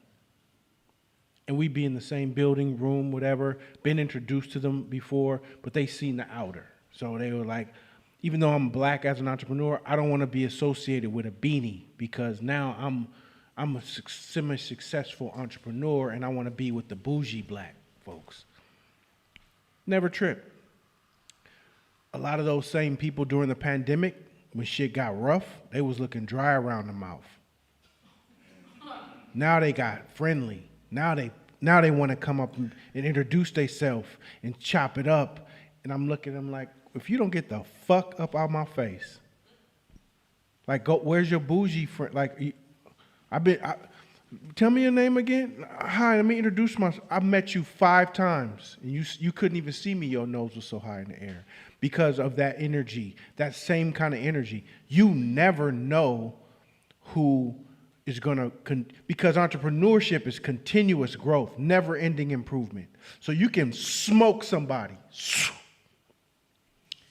thinking, I'll never see that motherfucker again, but they're slow and steady in the pace in terms of their growth and learning. And you done snobbed them. You talk shit about their car, their outfit, their game, they smell, their everything. Sorry, Tom Vic. Go ahead. And then at a certain point in time, you hit a bump or obstacle that slows you down a little bit, or a pandemic happens that devastates your business, but it's right up the alley of theirs. And now they smoking past you, and now you're trying to introduce yourself. So that's it.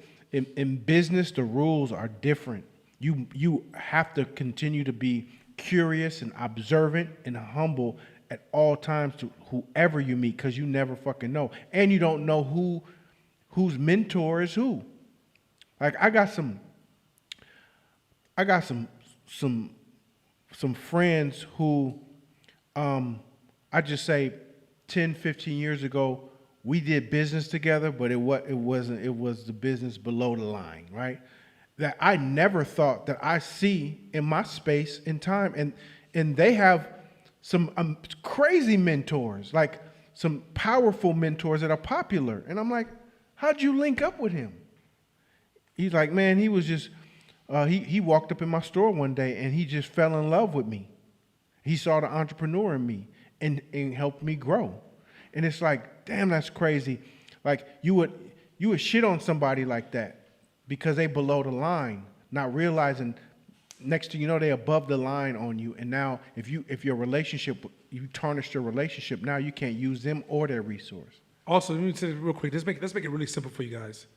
Everybody loves students. Everybody loves a student. Everybody loves a student. If you stop trying to snob, stop trying to be the man, look, let people call you the woman or the man or the leader or the king or the queen or whatever, or the trailblazer or the maverick. Let them call you that when you out the game or you retire or you dead. just focus up on being a student and loving people, and I promise you, it will almost lubricate the path. But if you focus on trying to be the person, you're adding obstacles to your path. Can I ask a question Go ahead. just about just the idea of making mistakes in that space, the space that you were just talking about, where you did get too big, right? You let your ego kind of run away with you, and you made some errors. You say you underperformed on a job because your ego was too big, or you messed up a relationship or something like that, and just the pivot to get back on track, what that process is like. Go to that person that you know you betrayed or you failed in. As you grow, you owe them an apology. People forgive. Human beings are beautiful at forgiving. Who usually don't forgive you is yourself, right? Go back and say. And here's the thing: when you offer apology, don't sit around and wait for him to be like, "Oh, well, that's okay. I'm glad you said that." Like if he says, "Man, get the fuck out of my face," it'll do its job. Just, hey, back then I was on some other stuff. I learned a lot. I know I'm not doing business with you now, but just want to say sorry for everything that I did. And then, and be clear on what you did. Don't be like, that shit I did, some of that thing, you understand me? But I'm different now, right? Because that's not clear. By you offering the clarity of saying I'm sorry, you don't never know that the next person you do business with may know that person and call about you. And they say, hey, that person's changed. I think you should give them a chance. As opposed to if you don't apologize and shame and hide from the self-shaming that you're engaging in, then you're leaving that obstacle in your path. And so, apologize and just say what the fuck you did. All right, let's go to the next one. Our ego wants the ideas and the fact that we aspire to do something about them to be enough. Wants the hours we spend planning and attending conferences or chatting with impressed friends to count toward the tally that success seems to require. It wants to be paid well for its time, and it wants to do the fun stuff, the stuff that gets attention, credit, or glory. Before Court gets to this, I'm gonna let Court have this one because he's already giggling like he got some shit to share. But this is the behavior when your ego meets your analysis, and that's how you develop paralysis of analysis. You sit around and you don't really want to jump in the fire. You want to talk about what you're gonna do, what you think you are doing. And matter of fact, I can't. I've had people ask to work for me who didn't know what they were doing, but wanted me to immediately pay them the same as a veteran who's doing something, not realizing you want me to pay you maximum salary for something you don't understand. Man, you better go ahead, take it. That's where I was gonna go. Is that the whole culture of wanting to be paid for something that requires high level of skill you want to be paid top dollar for because just you showing up. That's the culture of scamming. That's really what it is. It's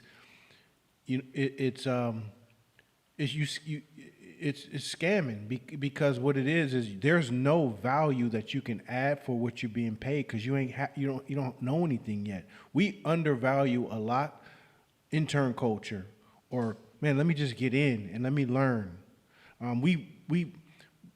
We idolize people like Puffy because of the mogul that he became and the money and status that he created, and he walked in and said, I will work for free. Let me just get in here and I'll work for free. And that's what he did until he built his skill set to where he can manage his own artists. Lots of people have done that. And some of that low self-value, that's low self-value, but also some of that comes from thinking that there's something behind the curtain that is really not.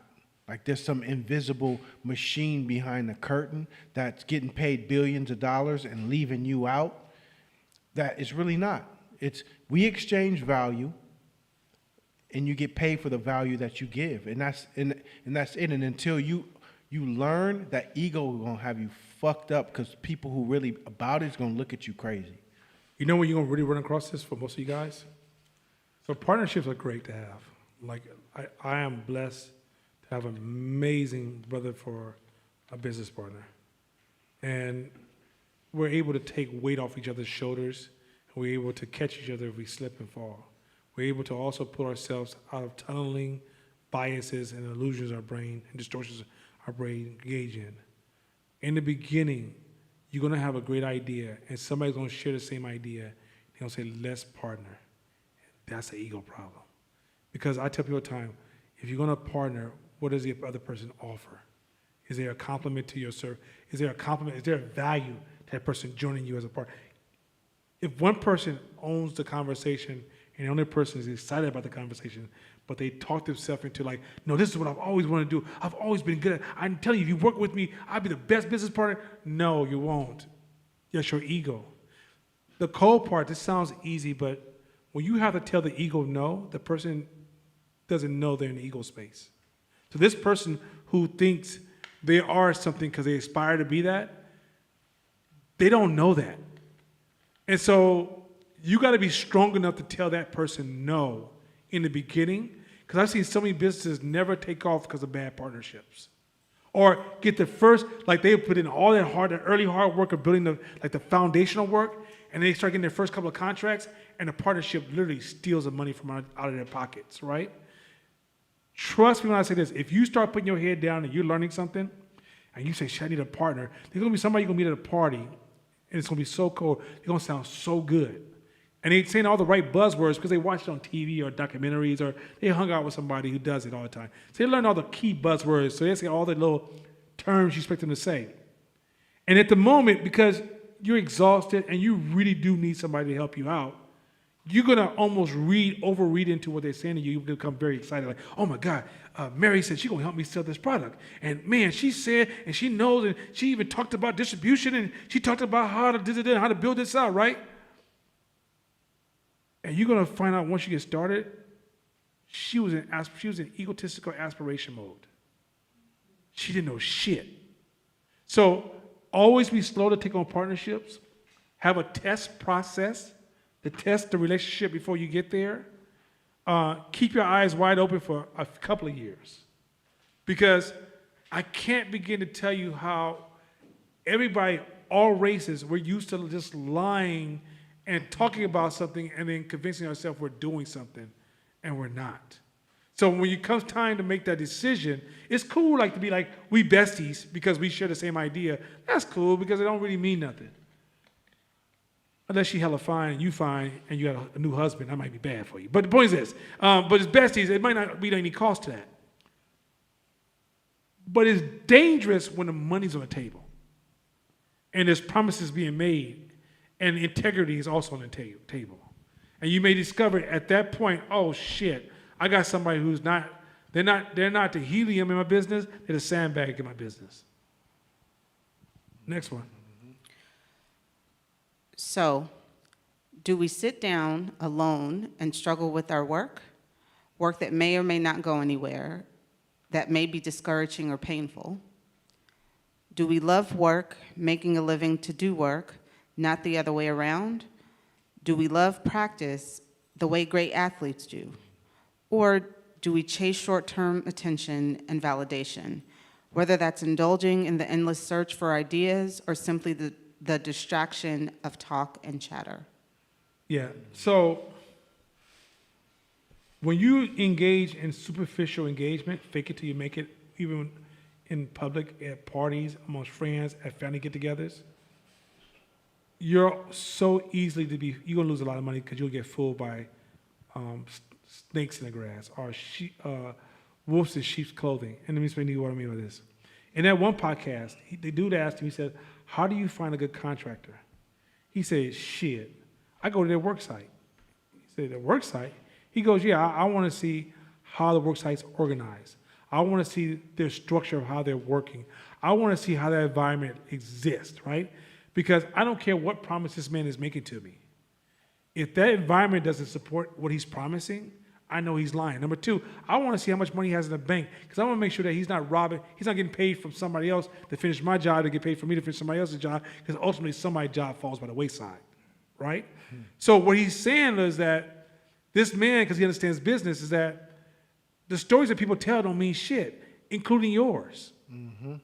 If you want your story to be convincing, go build it. But if you don't, but once you get to this thing where you get used to making believe, you also fall victim to that same make believe rhythm that you brought into because you do it all the time. So like, there's a need to be so realistic in business. I'm talking about to a point that it almost hurts because business is opposite than popular culture. If you ever trip on this, go back to the red marble, blue marble example I gave earlier, right?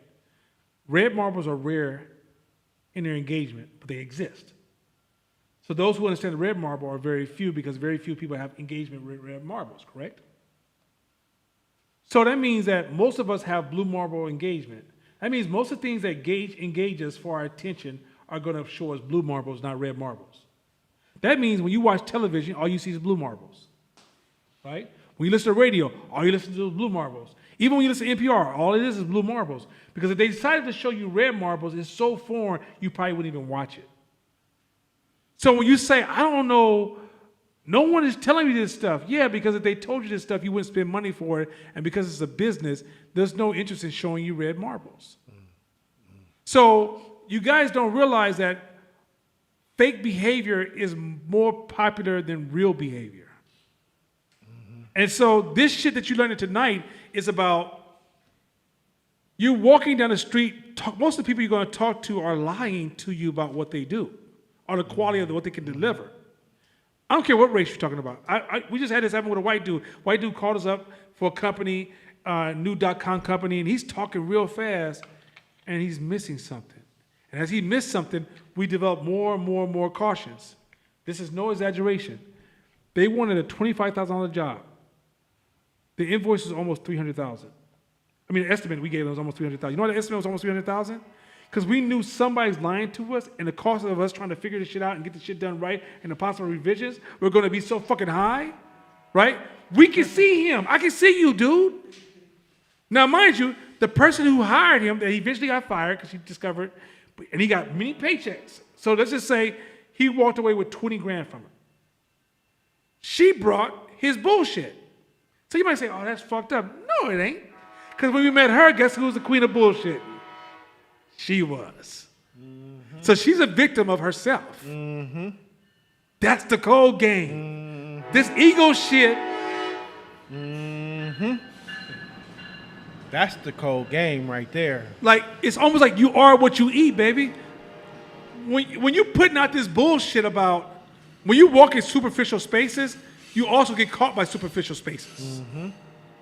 And this is that circle that people don't get. Like, this is why, like, we have, look, okay, the greater good of life will not always be easily revealed to you. And it may not be revealed in every step you take.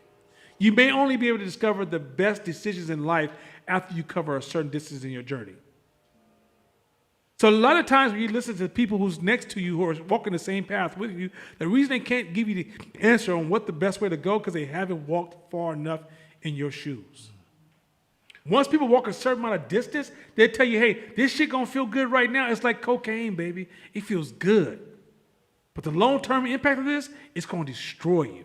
And there's other situations, like, hey, this may be painful, but the long-term impact of this is everything you ever dreamed of will be waiting for you at the end of this path. Hey, and here's the truth. Whatever you're building, most of the time is boring work. Boring. It's boring work. It's not glamorous. Behind that curtain is boring, can be boring as fuck. If you have not developed the muscle to learn how to enjoy the process, to enjoy the work. So all the Instagram shit, the trips and the excitement and the end product and the marketing and the branding, that's such a small percent of what actually goes into the work. And if you ain't comfortable doing 8, 9, 10 hours of boring shit every day for months, because your attention span is like, where's the fun at? Where's the glamour at? Where's the pats on the back at? That's where the temptation comes in to jump on that other side and be like, look what I'm working on, or look, check this out. This is a piece of what I'm working on, or this is what I got going on, or look at this picture, because you're craving attention more so than the result of the process. So, like, if that's the issue, that's okay. Acknowledge it and learn to start enjoying the process, getting comfortable, having fun, and not just daydreaming too, because sometimes the ideas that can come up and just swimming around in ideas puts you in the end state too of like, ooh, now I'm back in my paradise, my business paradise, this and that, and I can do this all day. Oh, let's get back to the work. Open your eyes and get back into what's behind the curtain and start working one brick at a time. Let me hurt your head for. I'm gonna hurt your head for 1 second. There's two things that's brought up in this passage. Yes, it's ego. Ego is gonna come up. Okay, so the things I'm learning right now on my personal path, ego is still the biggest issue. Still one of the biggest issues. It comes up over and over and over. It's like, God damn, this ego shit. It's crazy how human beings conjure a false reality because of their ego. Your ego, of course, causes you to create make-believe because it helps you soothe the pain of not feeling like you can overcome, or you're not good enough, or you feel like you have envy, or you desire something that you can't have access to. Your ego has a way of saying, "Oh no, it's okay, baby. This is because of da da da da da," and then it starts to alter a lot of ways you think. But let me share something that's gonna hurt your head a little bit. Hang with me. I'm gonna give you the formula, but I'm gonna turn it around. I'm gonna explain it. Probability of the risk and process is different than probability of the outcome. Most people can't get this theory, especially if you went to college. So let me go over this real quick. And it's because most people engage in sequential thinking. And that's because college forces you to learn sequential thinking. You say, okay, where are you going with this? This is a risk idea. Let me explain it. Let's say this is bet. And a bet to win $2. So that's the outcome. But if you place this bet, even though there's no guarantee, you have a 99.9% probability you will win. Right? And let's say there's another bet to win $10,000, and there's a 99% chance you won't win. Which one you think most people would choose? 99% chance you'll win $2. 99% chance you could do this other bet for $10,000 and you won't win nothing. Which one do most people choose? $2. I just gave you the formula of why people don't want to leave their jobs and why some people become entrepreneurs. Because the chance of you becoming an entrepreneur, the percentage of chances is very, very, very low. Right? It's like people tell you it's a 3% chance you'll be successful in this game. Some people say the numbers could be even lower.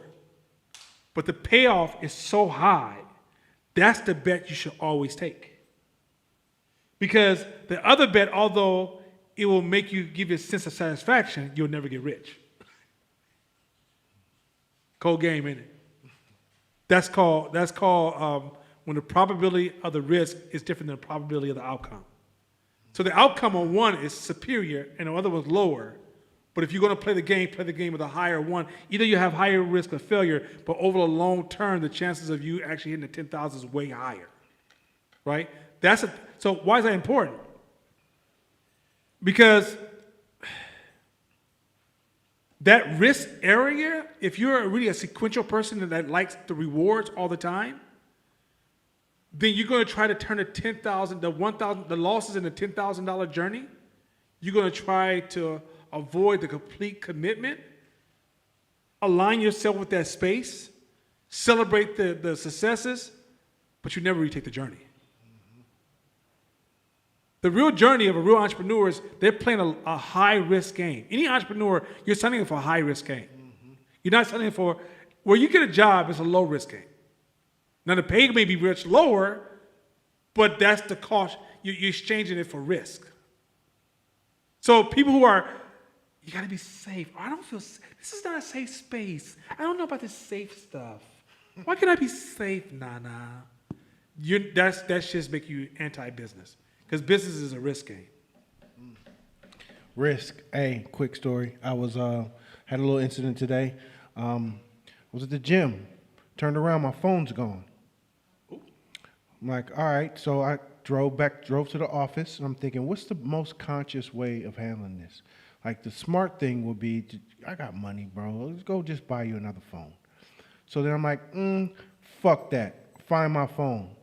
Find my phone. I see my phone walking up San Pablo Boulevard.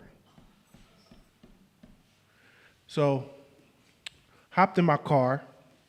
Okay, I'll be back. We going. I need to go get my phone. So it's moving up San Pablo Boulevard. Smash up. It starts to get to like the homeless camp part of the grimy part of San Pablo. And as I get closer, the music in my car turns on. I'm like, oh, that motherfucker must be close. I look to the right, and he's walking across the street because my music came on. So I cut in front of him, and I hopped out the car. I said, motherfucker, give me my phone. And he's like, well, give me my motherfucking phone. He digs in his pocket. He's like, but and I shut the fuck up, and just took my phone. And hopped in the car and drove back to the office. And they're like, that was the dumbest thing you ever did.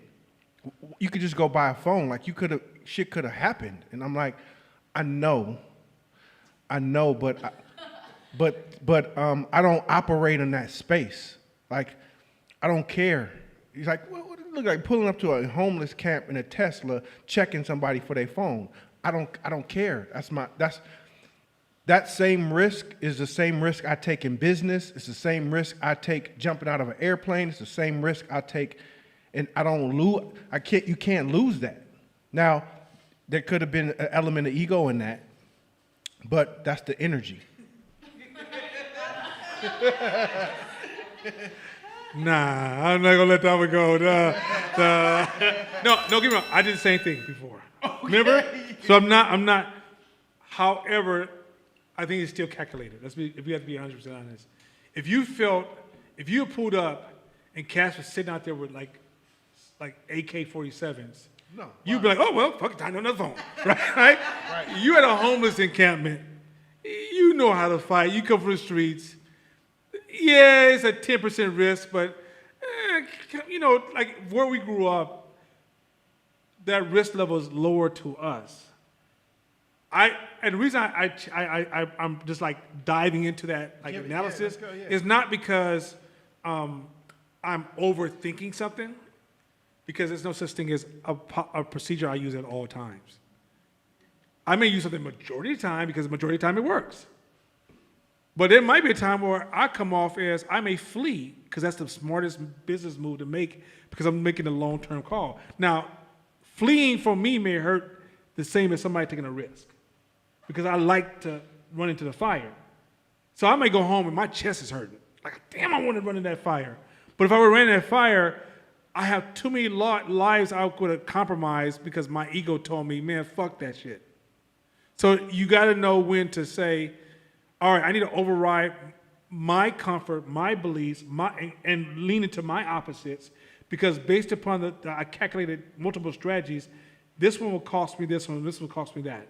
They're both a form of a loss, but if I retreat, the benefits of having, remember there was a famous story about the warriors who were all running to go fight. And they realized, the warriors in this culture are the ones who produce the food. So if everybody fight, you're going to starve everybody. So somebody needs to stay back here and run and protect the family and friends. So if we lose this battle, we have a chance to fight again, right? And so sometimes I think there's no idea that's 100%, although, because I think where I'm trying to stop is, I think you know that, because we've talked to me and we've kind of dealt with it.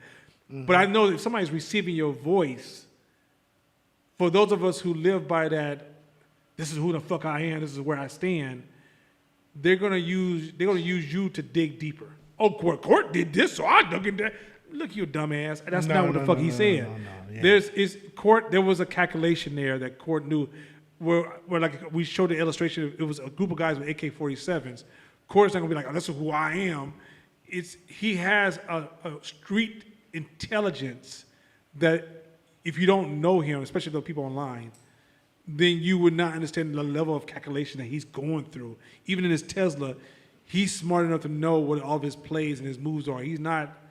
Everybody who's that dumb and that ignorant, most of the time they run into the fire and they're not here to talk about it.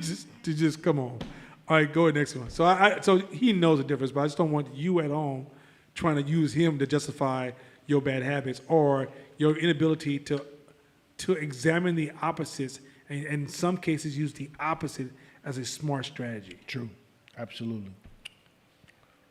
As a young basketball player, Bill Bradley would remind himself, when you are not practicing, remember someone somewhere is practicing, and when you meet him, he will win. The Bible says something similar in its own way. Blessed are those servants whom the master finds awake when he comes. You can lie to yourself, saying that you put in the time, or pretend that you're working, but eventually someone will show up. You'll be tested and quite possibly found out. We need some shout music before I get to this next one. Where my shout music at? Did I get my shout music? Shouting? Oh, was it? Okay. My shouting music. Okay, listen real quick. This is all about the practice. It's all about the practice. Practice, like everything is about the practice. It's okay to give yourself a temporary title, but don't value it if you don't practice it. If you don't practice, you aren't who you say you are. If you're not putting the work, sister, matter of fact, can I just talk about Christianity for a split second? Just a small second, because I'm not going to offend nobody. And if I do, I don't really care, because I'm not here to make everybody feel good. I can't do that. Some people are just too motherfucking fragile for me. A sister that used to be in the class saw me yesterday. And she walked up to me, and I said, I ain't seen you in a long time. How have you been? She said, I'm good, Nana. I said, well, goddamn, if you're good, you can at least let me know you're good by reaching out to me, because you're almost like family to me. I don't understand why you wouldn't say hi. So, but what you been up to? She said, well, Nana, I just been out here trying to find God. I'm out here searching for God. And I said, well, sis, can I take a second with you and give you some advice? And that's bold when you're not a Christian to tell a Christian, let me give you some advice. But these principles are solid principles. Like I told you, the Bible is one of the dopest books in the game. Like, man, the Bible can teach you more than you can even begin to imagine if you learn to Absolutely. really learn that book. Now, if you learn that book to make yourself just to fit in your church circles and be part of your fraternity, the sororities and fraternities, okay, then you're going to miss so much. Or if you're just blindly following the person who has the most poetic voices, you're going to lose almost all the power of this book. But let me get into some game. I said, sis, in order to serve God, you first got to find yourself. I said, because see, if you don't find yourself, you're not a good steward of God's work. Because how you think you're showing up and how you really show up is two different ways. I said, so you can't do God any service until you work on yourself. I said, because God told me, if I remember what your God said, he said that the way you serve him is by helping your brothers and sisters. Well, you can't help somebody if you can't help yourself. So hopefully you're not on this egotistical, narcissistic journey, even grandiosity journey of you're going to just bury yourself in this thing that's going to make you superior to everybody because you have a close relationship with God, when he just told you that if you want a close relationship, you got to show up and do the work. Because we know what I was trying to do. I was trying to tell her, don't hit me with all this, are you saved? Shut up. Do the work on yourself first. When you talk to me, make sure your relationship with God is okay. And before you get there, work on yourself. I know I had hit her in the gut a little bit, but I was just, because I hate when Christians try to hit me with that old superficial fundamentalism and you're not putting your work in, and then I see you at the club higher than everybody else, or you snort cocaine at the cocaine table while I'm walking by because I don't drink shit or smoke anything or snort anything, but you want to tell me how I need to be closer to God. You better get the fuck up off me. Anyway, closer. That's real. Sorry, Shabisha. I think too is I think that's a beautiful illustration about finding yourself, is because if you take that figuratively and you have a destination, and the destination is north, south, east, west, right? But you don't know your location, Ooh, where you going? how can you find it? Where you going with your little floating self and you're a Martian? If you Trying to don't find know your if you direction. south or north or east or west, or your You ain't been on the location, ground since you've been born. how can you find anything? Walk around like a helium balloon, just floating. It's real. just off. And this is what happens, and I see it all the time. Like I love to see people serve God. Like when you watch Pastor Chris is an amazing human being. Yes, Just sir. as a human, like let's remove the religion. Religion has enhanced him. It's like he's created an antenna. So now it's hard to miss it. But his connection to God is how he shows up to everybody around him. And his humility and his humbleness to serve everybody around him makes me respect his relationship to his God. But you can't get my respect if you on some old, I'm with God in the closet. You can't get my respect because at the end of the day, it's like, yo, what your belief? Not your Bible, not God. We're not going to even put God in the Bible in this conversation. Your belief in this God in the Bible got you fucked up. I know y'all messing y'all up because y'all keep talking about Christian and use profanity. I know I messed up some people. Some people at home right now don't know if they want to smoke weed or eat an apple. Anyway, go ahead, next one.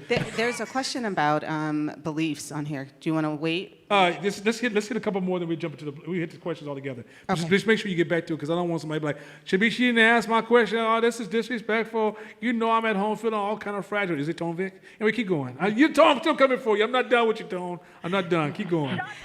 So we must have it because there is no triumph without toil. There's no triumph without toil. I don't. Do we need to explain that one? I mean, come on, man. Do I really need to explain that?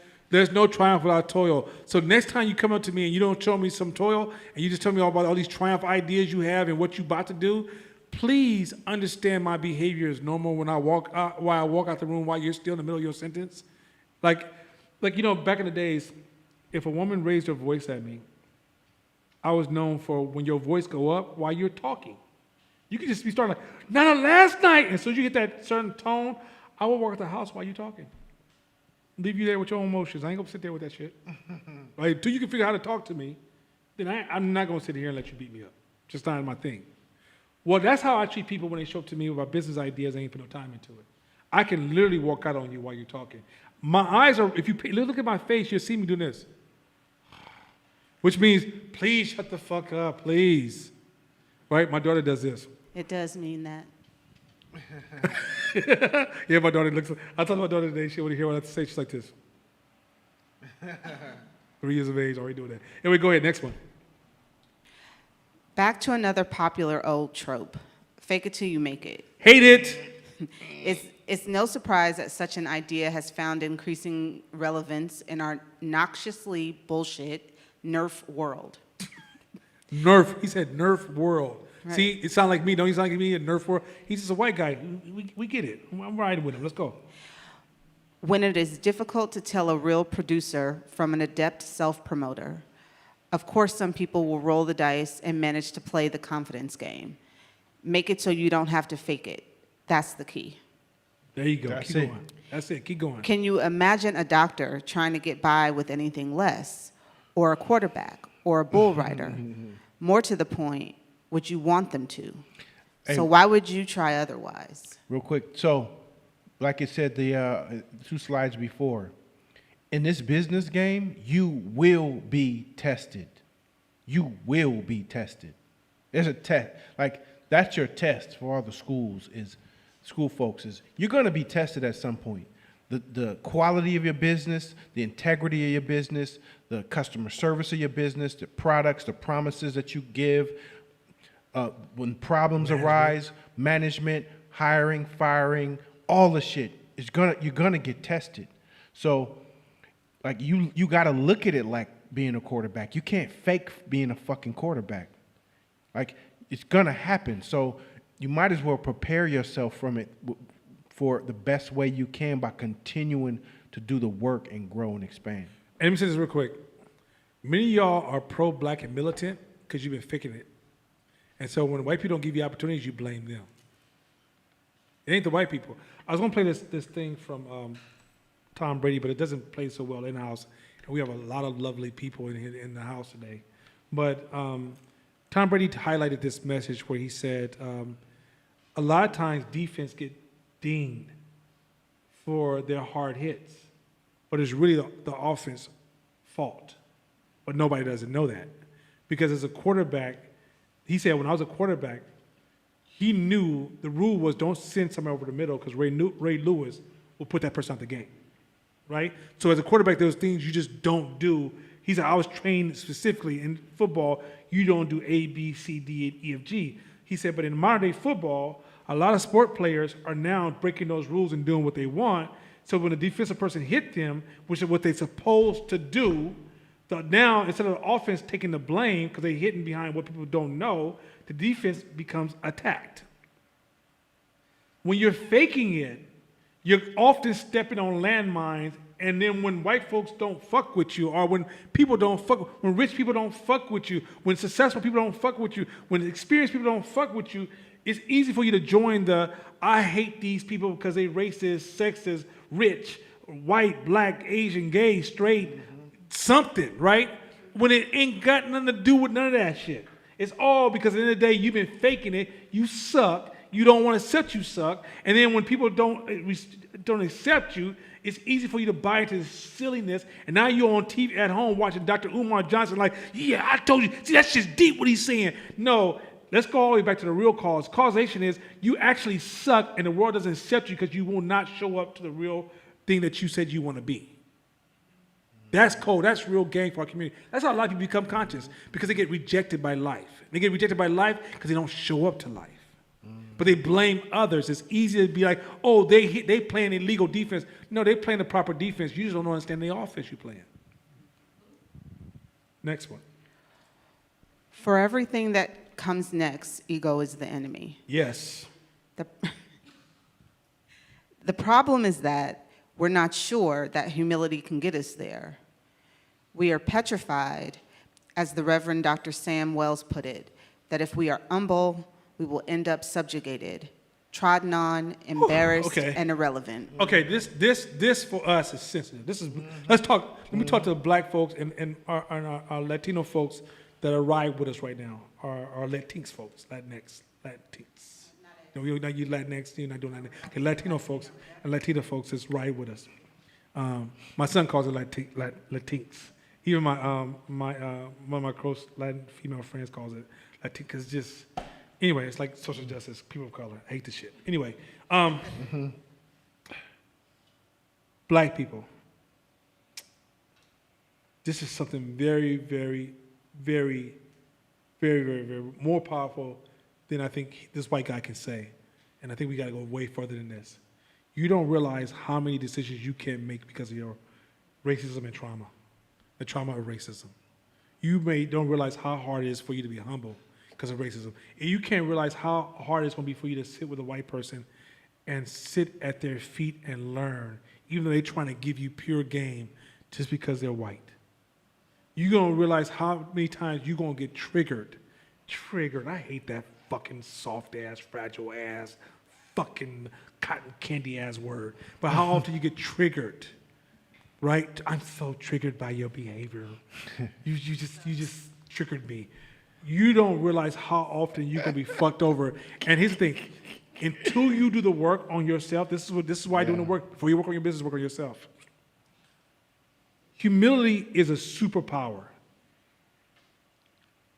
There is a form of toxic, I hate the word toxic masculinity because it's gotten extended way too far. Like homophobia got extended too far, toxic masculinity went too far. There is a form of toxic masculinity. It's that person who leans on machismo and being hard, coming strong, gotta be tough, gotta be growing, that's a sign of weakness. It's a sign of weakness. Humility is a sign of strength. And the amount of power you gain from being humble is fucking insane.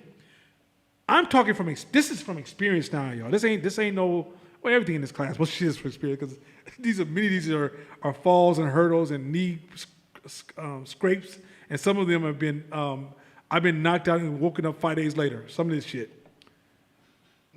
I can't Yes. begin to tell you how hard it is for black people to be humble.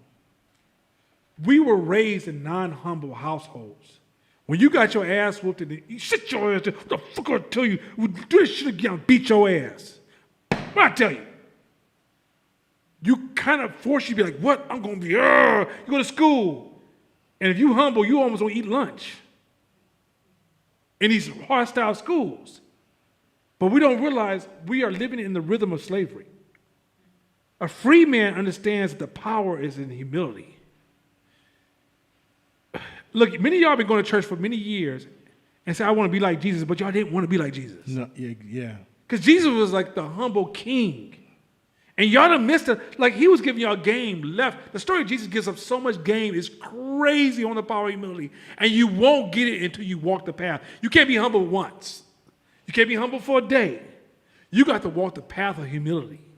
And when you walk that path, at first it's scary. You're going to misread it. You're going to be nervous.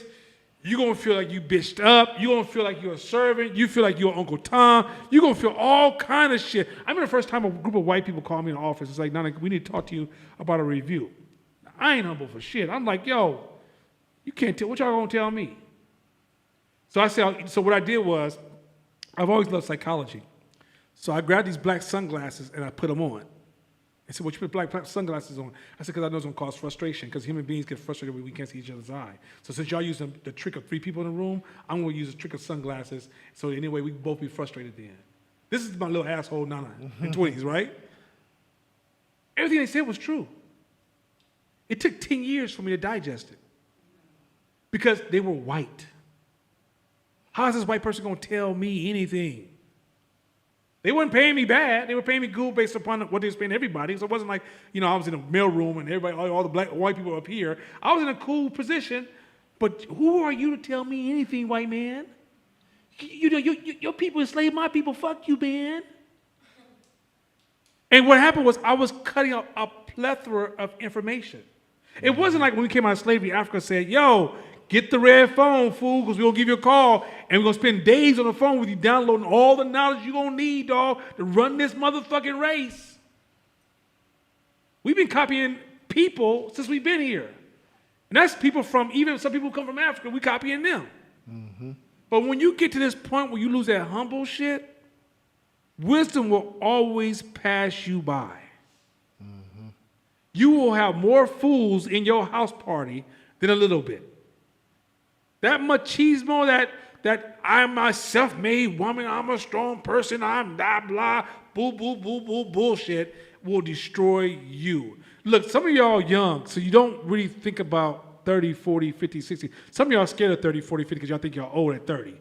I said, we got some little youngsters in our class. Now I'm 30 now. I don't know how I feel. If you don't get the fuck out of my 54-year-old face and with that bullshit, right?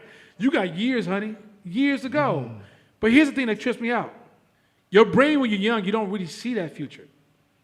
This is why the old and young got to have a relationship. Because the older can say, hey, you about to lose another decade to some bullshit.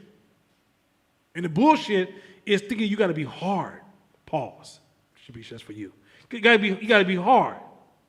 When you got to be humble. The more you are humble, look, man, I wish y'all could hang out with me, Mashama, and Court. You got 3 alpha males who are extremely humble in each other's presence. That any one of us could say anything. We have absolute free candor amongst each other. Because guess what? We realize the next lesson, I probably can't see it.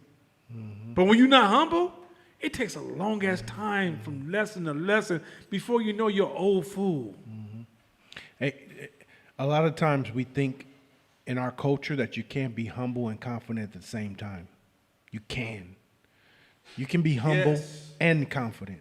Yes. So we were never taught that growing up. Is that humility? You either confident, chest out, or you're humble, like it's a sign of weakness. And we all grew up, or not all of us, but a lot of us grew up in Christian households where we watched and or worshipped someone who washed feet. He Come on, man. washed feet. He can live in social justice world today because it'd be beneath him, and you make me feel lesser than you if I wash your feet, and I don't know how I can do that. I saw an Instagram post that said, Soft asses. "Men's feet are the pandemic." Like, get feet. Like women are saying they boycotting men's feet right now. Like, Soft. We just like he said, this nerf ass world. He used the word nerf. This soft ass is nerf getting- world. Look, humility requires strength. Yeah. Look, man. Some women okay, first of all, women, oh my God. Oh my God. Okay, women, oh my God. There's so many opportunities of power on the table for women. Some of those, but to gain access to that power, you might have to be humble to a man for a season. Like let's say you want to get into high fashion and Giorgio Armani or Ralph Lauren was to give you a fucking phone call. Y'all be like, oh, he's a man. Oh, he's toxic masculine. Oh, men. See, this is what I say about men. And guess what all the lessons are doing? They're just flying right by you. Flying right by you. Yep. But if you just humble like, here, I'm here to get this game.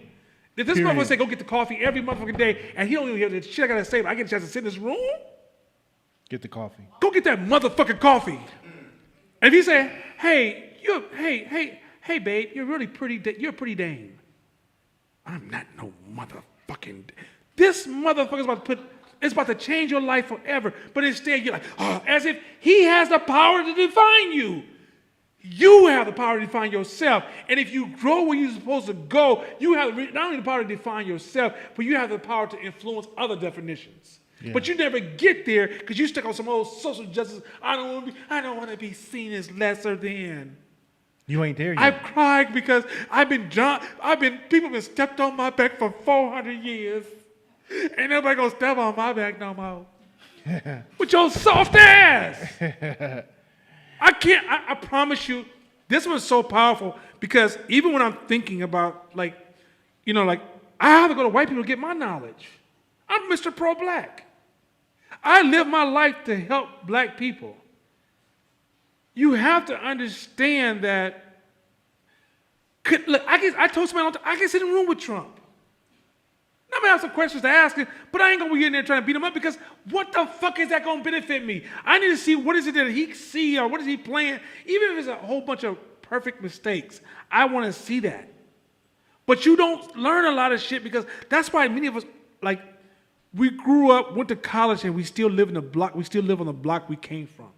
Even though you may be in another neighborhood, you still bring that block values because you're staying in a space where you feel powerful, which is a little small room. When you go into a world where you're not the best, you often will be disrespected by those who are powerful, more powerful than you, because they're also trying to see if you're serious about being there. And if your first response is homophobia, sexism, racism, any of those isms, fascism, I don't give a fuck, Marxism, whatever the fuck you believe in, if that's your first response, then your destruction is you. It ain't got shit to do with it. No white man, no straight, no gay, no short, no tall, no midget, not short people who got small legs. You ain't supposed to call them midgets no more. But anyway, none of those people at all should be able to hold you back. Mm-mm. If I called you a BI, you know the word that women shoot you for? If I call black women, because black women will shoot you behind that BI word. If you think that meant something because it came out of my mouth, you ain't gained your power yet. Mm-hmm. Your power is when you can walk beyond me. And don't get me wrong, we were raised in the wrong rhythm. We were raised by descendants of slaves to be future slaves. We don't know that, but that's how we were raised, with love, wrapped in love. Look, slavery got baked into our culture, and then now we eat it and we absorb it, but we just put cream on top of it, and we decorate it, and we celebrate it, and we sit around it, and we call it Thanksgiving, and we have a culture with all these slave values baked into our culture. When we decide we want to be free, you're not going to get out of slavery by being muscular and knocking a hole in the wall. It's by being humble and following the path that's going to get you out of the game. This is a humble game. True y'all. story. I don't know how to tell you. Yeah. it's a humble motherfucking game. So I just want to say that real quick. You can drop the questions. Let's go with them. But I just want to say like that. This is a strong one for being embarrassed, being irrelevant. Like I said, it's like you're scared of being trodden on, embarrassed, and irrelevant. Have y'all seen how people act when they feel like irrelevant? None. I feel like you don't see me. Motherfucker, I got glasses on. I don't need to see your broke ass. Fuck you. Like, stop that shit. You don't need to be seen by everybody. First, look, before I see your own fucking self. Like, I can't, man, I promise you this bullshit is egotistical, and then we support that shit called social justice. Y'all can kiss my ass. Go ahead.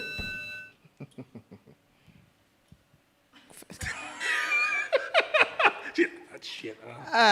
First question. Soft ass, fragile shit. And here's the thing, I'm actually represent real softness. See, real softness is humble. Real softness is curiosity over right and wrong. Real softness is letting somebody tell you what you think you already know to only discover you were off by a centimeter, but that centimeter was everything, right? Real softness is realizing you don't know shit. Real softness is you walk with love all the fucking time. Like you focus on how can I be more loving than anger and frustration. Real softness is giving your life over to something for a greater good, whether it's for God, whether it's for the universe, whether it's for the children that you will never see. Real softness is when you want to share, and sharing is more important than gaining. Okay, that's how I walk. That's that real stuff. That old broken shit y'all see they call soft, that old NPR white woman broken down because nobody wants her because she looks like Whoopi Goldberg, that ain't what the fuck I'm talking about. Go ahead.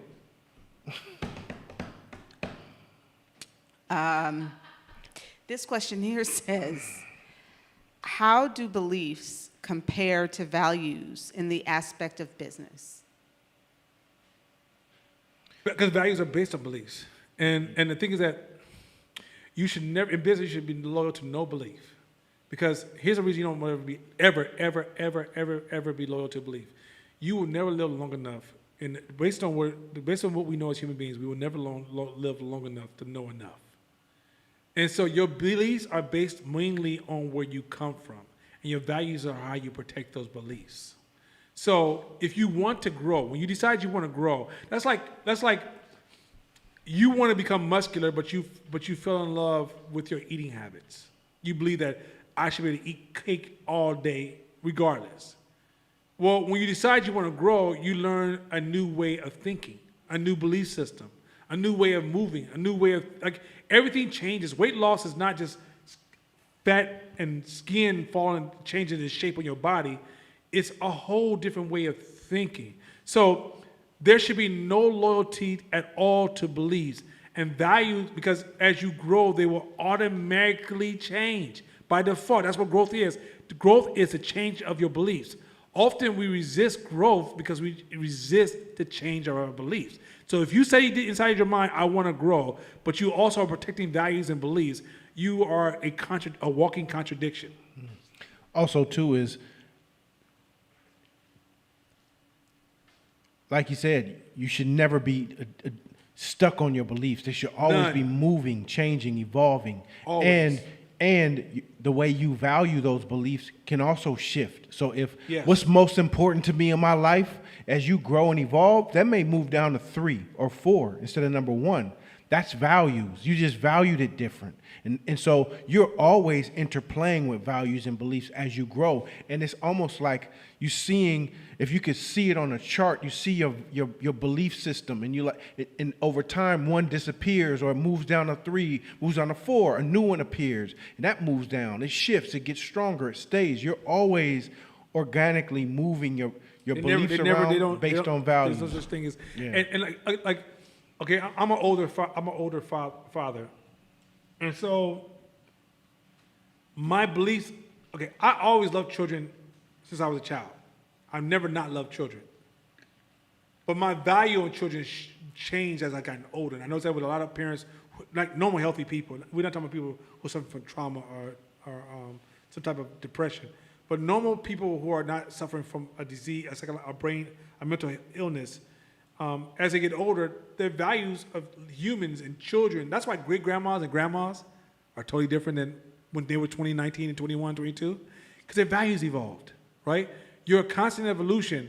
And what happened is that the beautiful thing about being on this earth is it's almost like whatever you believe in, whether it's the greater good, the universe, Mother Nature, God, whatever, it's made life exciting because life is a constant game you get to grow in. Imagine if life only had one lesson and you only had one choice. Oh my God, suicide be high. I want to throw into this piece about humility and just dabble in relationships. Dabble in relationships. A lot of times, I was hanging out with some folks a couple weeks ago in LA. It was all single women, and they were like, you know, we sitting here talking about. Wait, stop freeze. You ain't gonna get by that fast. I was hanging out with some. All single Hold on, women, hold on, including bro. my relative. Hold on, including my I sister. know, but it's just if that is sound so No, macadocious. no.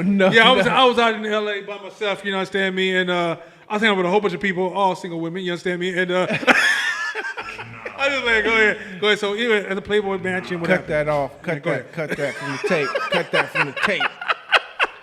And they were saying, well, we're all talking about single life and why we're single and why it's so difficult finding relationships. And I'm like, well, what you guys come up with, you know?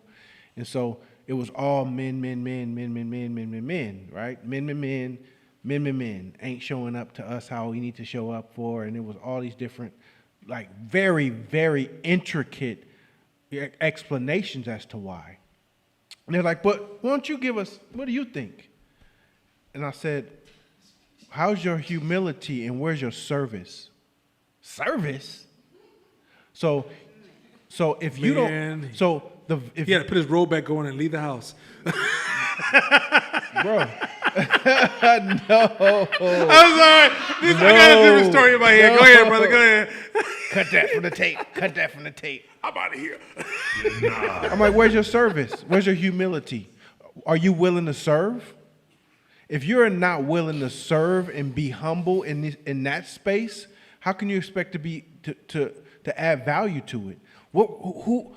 It's a business relationship, a love relationship, a friend relationship, a parent relationship. All relationships require you to be humble and of service to that person. And if you have no value because you expect to receive, and not serve, then your ass will end up alone. And if your ego is high, you'll continue to make excuses as to why. But what's your service look like? What's your feet washing look like? Can you wash another human? The relationships you want to be in business and in life and in love relationships, can you get down on your knees and wash their feet? Man, hey, fuck all that. I'm gonna jump in again. If that relationship does take off, and you with somebody and they're not practicing humility, you guys have this selfish band, almost like mine and yours. Meaning that you really don't ever become a relationship. The way you make your business partner go beyond their norm and showing up to you is how you show up to them. Service. It's like, I'm gonna tell you from somebody, like in my 20s and 30s when I was just running the streets hard. When a woman tried to put an ultimatum on me, I became more vicious. Right? Either I dumped you or I'm just gonna get what I get and gotta go. Because then you try and control me. I'm not doing this, right? If you try to make me argue with you all the time, you're still trying to control me. But if I met a woman who's like, I met this one girl, I promise you, I had no interest in being serious with her. I come home one day, and she's walking in the house with these bags with folded clothes. What's that? She's like, oh yeah, I took your clothes to have it washed and folded, and I'm just bringing them back for you. Brother has to sit down and be like, wait a minute, hold on, what am I doing right now in my life? Why isn't she part of the conversation? I don't know what's really going on with me. I need to really start thinking about this, right? Mind you, we weren't intellectually, but I was really trying to figure out, is this some kind of connection? Because she was showing up so strong for me. To this point, if she called me, we have no sexual interest, there's no interaction. But she said, if she called me right now, hey, now I'm stranded, and I'm in San Rafael, and my car just broke down, can you come get me? Oh, I'll come get you without no nothing. Because the way she has a friend for life. There's women who showed up in my life where I will always have their back. I will even tell my wife, hey, babe, I'm going to go help her out. And I'm not one of those kind of dudes be trying to dig up old stories. But you get more from a human being by showing up and serving that relationship. But if you go into relationships with automatically with like you have an estimate sheet. Right. Okay, so do you do this? Because if you don't do this, I can't do that. Okay, let me tell you things I don't. Okay. Okay, so right now this is what I have, what we can work with. Right? If this is the shit you on, trust me, I feel sorry for you because when you because see, life has a way of, life is like, what's the thing when you beat something to make it softer? Are you conditioning, you humble? Life beats you until it makes you humble, right? I forgot what they call it, I don't cook it like, tenderizer, right? Life has a way to tenderize you, right? And tenderize, you understand me? That sounds kind of nice. I might have to steal that. Like, girl, look at you, let me tenderize you with this game here. Okay, anyway, point is, so life has a way of tenderizing you. And so whether, man, this shit sounds so pimpish. I don't want to do this. Fern, shut up, Fern. I know you're at home writing this shit down. Don't be trying to dictate this game. But anyways, listen. But life has a way of tenderizing. So by the time you're 50 and 60, it makes you more humble. Yeah. If you don't proactively humble yourself, life is gonna humble. Oh, it will humble you. It will. It'll first start taking people you love. And then it start taking away some shit you thought you could never lose. It'll steal your status for a little. It doesn't mean you won't get it back. It'll steal your status. It's going to take something from you to say, hey, dog, this ain't about you. This ain't about you. Hey, man. Then when you finally wake up and you realize all the beautiful opportunities you let pass by your way because you was on that some shit, I feel sorry for that pain you're going to feel. Mm-hmm. I was telling y'all the story. I was walking when I lost everything. I'm walking. To BART to catch catch BART to go to my job. Man, come on, tell the story. And I had a friend of mine who still, I have a few friends who are still doing well financially, entrepreneurs who was like, Court, what's up? So one of my partners was like, hey, I got a car for you. Come on, bro. Like, I got a car for you. I said, what kind? Ain't that some shit? Man, it's a decent car. It's a Volkswagen. Man, I only drive BMWs. I'm walking. My ego was so overinflated, I refused the car and kept walking. So guess what? Got humbled hard. Boom. Just like you said. On my face. EBT. So then another partner came. Court, I got a car for you, man. Come on, just take the fucking car. The other car was a nicer car. It was a newer car. It was just Volkswagen. This shit was a Toyota, 95 Toyota Corolla, the little boxy. I took it. So now I go from a 745 to a Toyota boxy car that jerked. Because God, like, if you don't humble yourself, it'll keep, because you got to learn a lesson. So it'll just keep tenderizing your ass until you learn it, until you got it. And then when you get it, then it almost feels like the pressure comes off you. Oh, you got the lesson. All right, well then we're going to release a little bit, see how you act. Like, humility is the biggest superpower that you can have. I can't begin to. That's the real part. If you want to be a powerful woman, powerful man, develop humility. Yes. Now, if you just ride with it and don't even have it in your toolbox or away in the stand-up toolbox, just have it on your side at all times. It will open you up to so much growth, learning, opportunities, life, help, all of the shit. Look, if y'all love Muhammad, Jesus, Buddha, go home and go read that again. And when y'all go home and read y'all book, y'all gonna realize they were giving you so much superpower, and y'all over here resisting because y'all thought you were being embarrassed or stepped on, or you were becoming irrelevant. No, if you want to be a powerful leader, you have to serve first. Because when you serve, that's how you learn how to be a leader. And when you become a leader, guess what you have to do as a leader? You have to serve everybody. So you're always serving. So this whole thing of serving being this low level and leader being this strong person, hey, king and queen. No, we should be saying, hey, servants. Yep. Go ahead. This is the last online question. Okay, we're going home after this. Come on. I'm going on a trip to Reno, go give me some Harley Davidson parts. I'm about to be out of here. Go ahead. So the question is about mentors. How do you seek a mentor? And they said, Oh, that's so beautiful. I've struggled in finding one and like determining how to go about asking and Is this what person do fragile or I not ask fragile? for. Who's this person asking the question? Paige, he's Paige. new from New York. He's a man. He's a man. What's up, bro? Yeah. Paige, I'm gonna say something. Hey, yo, this is not an attack, because I know, you know, like I said, we're not a humble culture, so we'll take some shit as an attack. It's not an attack. I know this is gonna sound. I'm gonna say it a corny way. Then I'm gonna give some depth to it. When the student is ready, the teacher will show up or something like that, right? If you're seeking a mentor before you're ready, you're needy. If you put the time in and you practicing the art you want to get into, the mentors will show up so fast and make your head spin. As you reach a certain, because guess what? It's going to spew out of the way you talk, the way you move, your rhythms, your habits.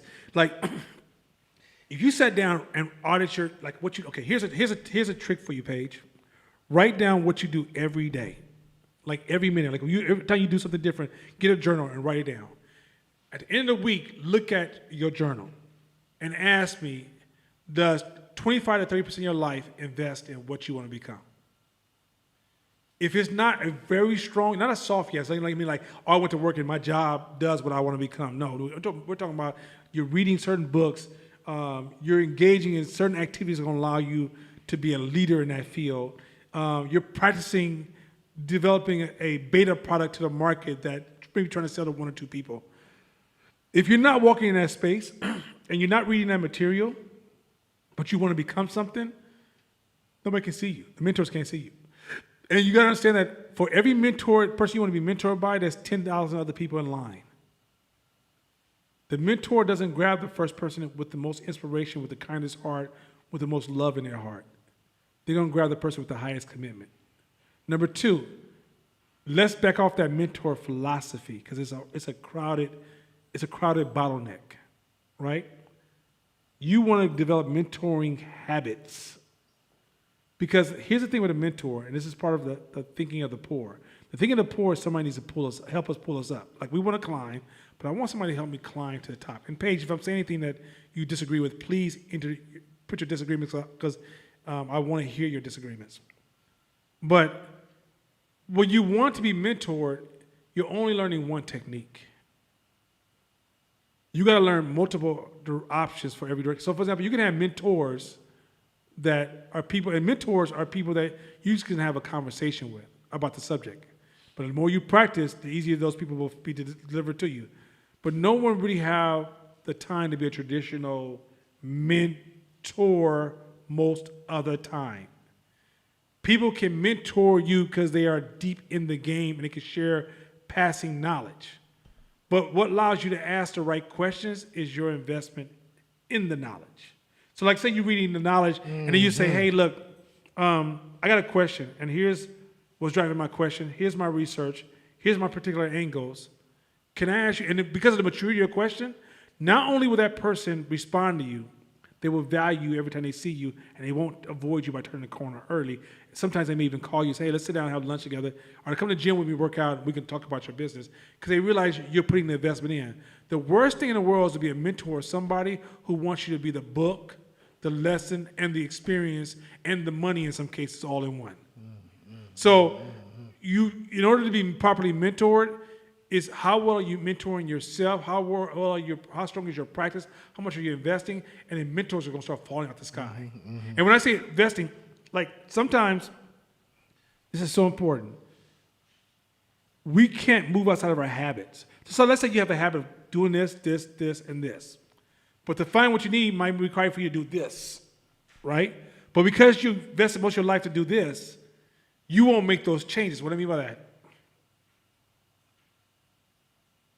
There might be a group in your city you could join. There might be a book right over here. There might be a podcast. You might have a question like, damn, I want to know this.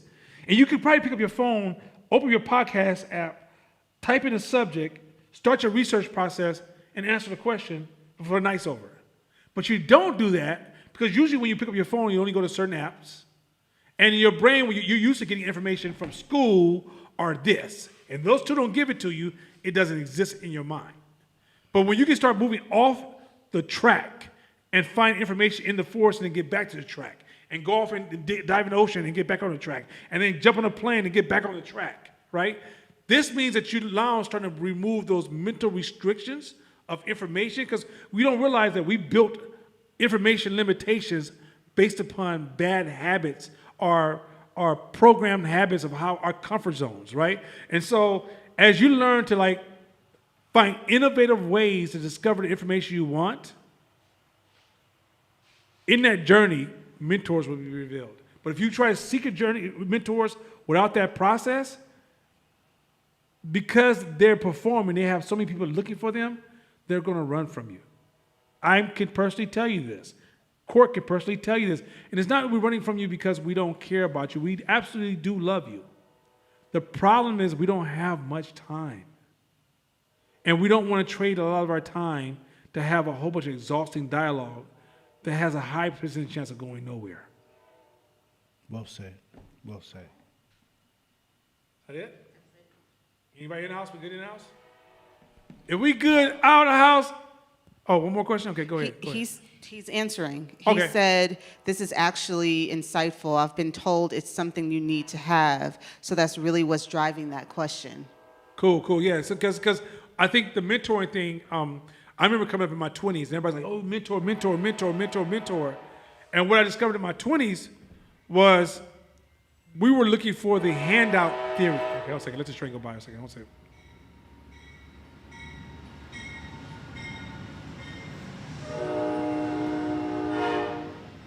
What we were looking for, like, okay, you hear people say this all the time. Like, I was talking to some dude today, and I was like, yo, it hurts my heart. I said, looking at my Haitian brothers in Texas, brothers and sisters, and the babies, oh my God, my legs got weak when I saw the baby girl crying. Oh, I can't take it. I can't take it. But anyway, I said, that's my motivation for financial wealth. Because, like I said earlier, I don't want to sit on the sideline with my people. I want to be able to be part. I said, and then he goes, well, this brother says, well, honestly, we do have that power right now. I said, no, we need to develop a system where we can respond to our crises as black people. That's part of our responsibility of freedom, that you have the ability to respond to your own crisis. He said, well, we do have that. I said, well, how do we have that? Well, if Jay-Z and Oprah and some of these rich, I said, wait, freeze, hold on, pimpin'. Hold on, dog. Hold on. First of all, they are giving out money. Number two, you know how many problems there are in the world? Who are you to get in their pocket and tell them what to spend their money on? Get out of people's pocket, right? Exactly. But that's all part of the same mentality of the mentor mentality. You say, well, what do you mean? It's this big brother that can help pull you up. You're looking for somebody to give you opportunity. Paige, you're already hella dope, and you don't even know it. You just got to discover it within yourself. Paige, you already deserve to be successful. You already know it. You should be there, but it's a process of getting yourself out the way. Paige, you have what you need to achieve your dreams, but you're going to have to get in alignment and learn to see it. But it's not that Paige, somebody else can give Paige what he already has for himself. He just got to he has to reveal it to himself. So if it's not a mentor, how does he? Well, mentorship is good. Mentorship is good, right? Mentorship is good. It helps you skip steps. But I think our picture of, God damn. Man, would you hate to live in this building? I'd be like, man, I'm moving. I know. I'm moving. This would be too much. Oh man, look here. I'll be drinking weed. Anyway, go ahead. We was confused I think in the past we've confused guru with mentor. We've merged the two to where we think a mentor is like a guru. He can take us in, clean us up, and take us from A to Z. Not realizing that mentorship means you're doing the work. You're in motion. You're going after it. A mentor just kind of steps in at times and just tweaks and guides and taps. And so over time, you saved a lot of steps over years based on your mentors.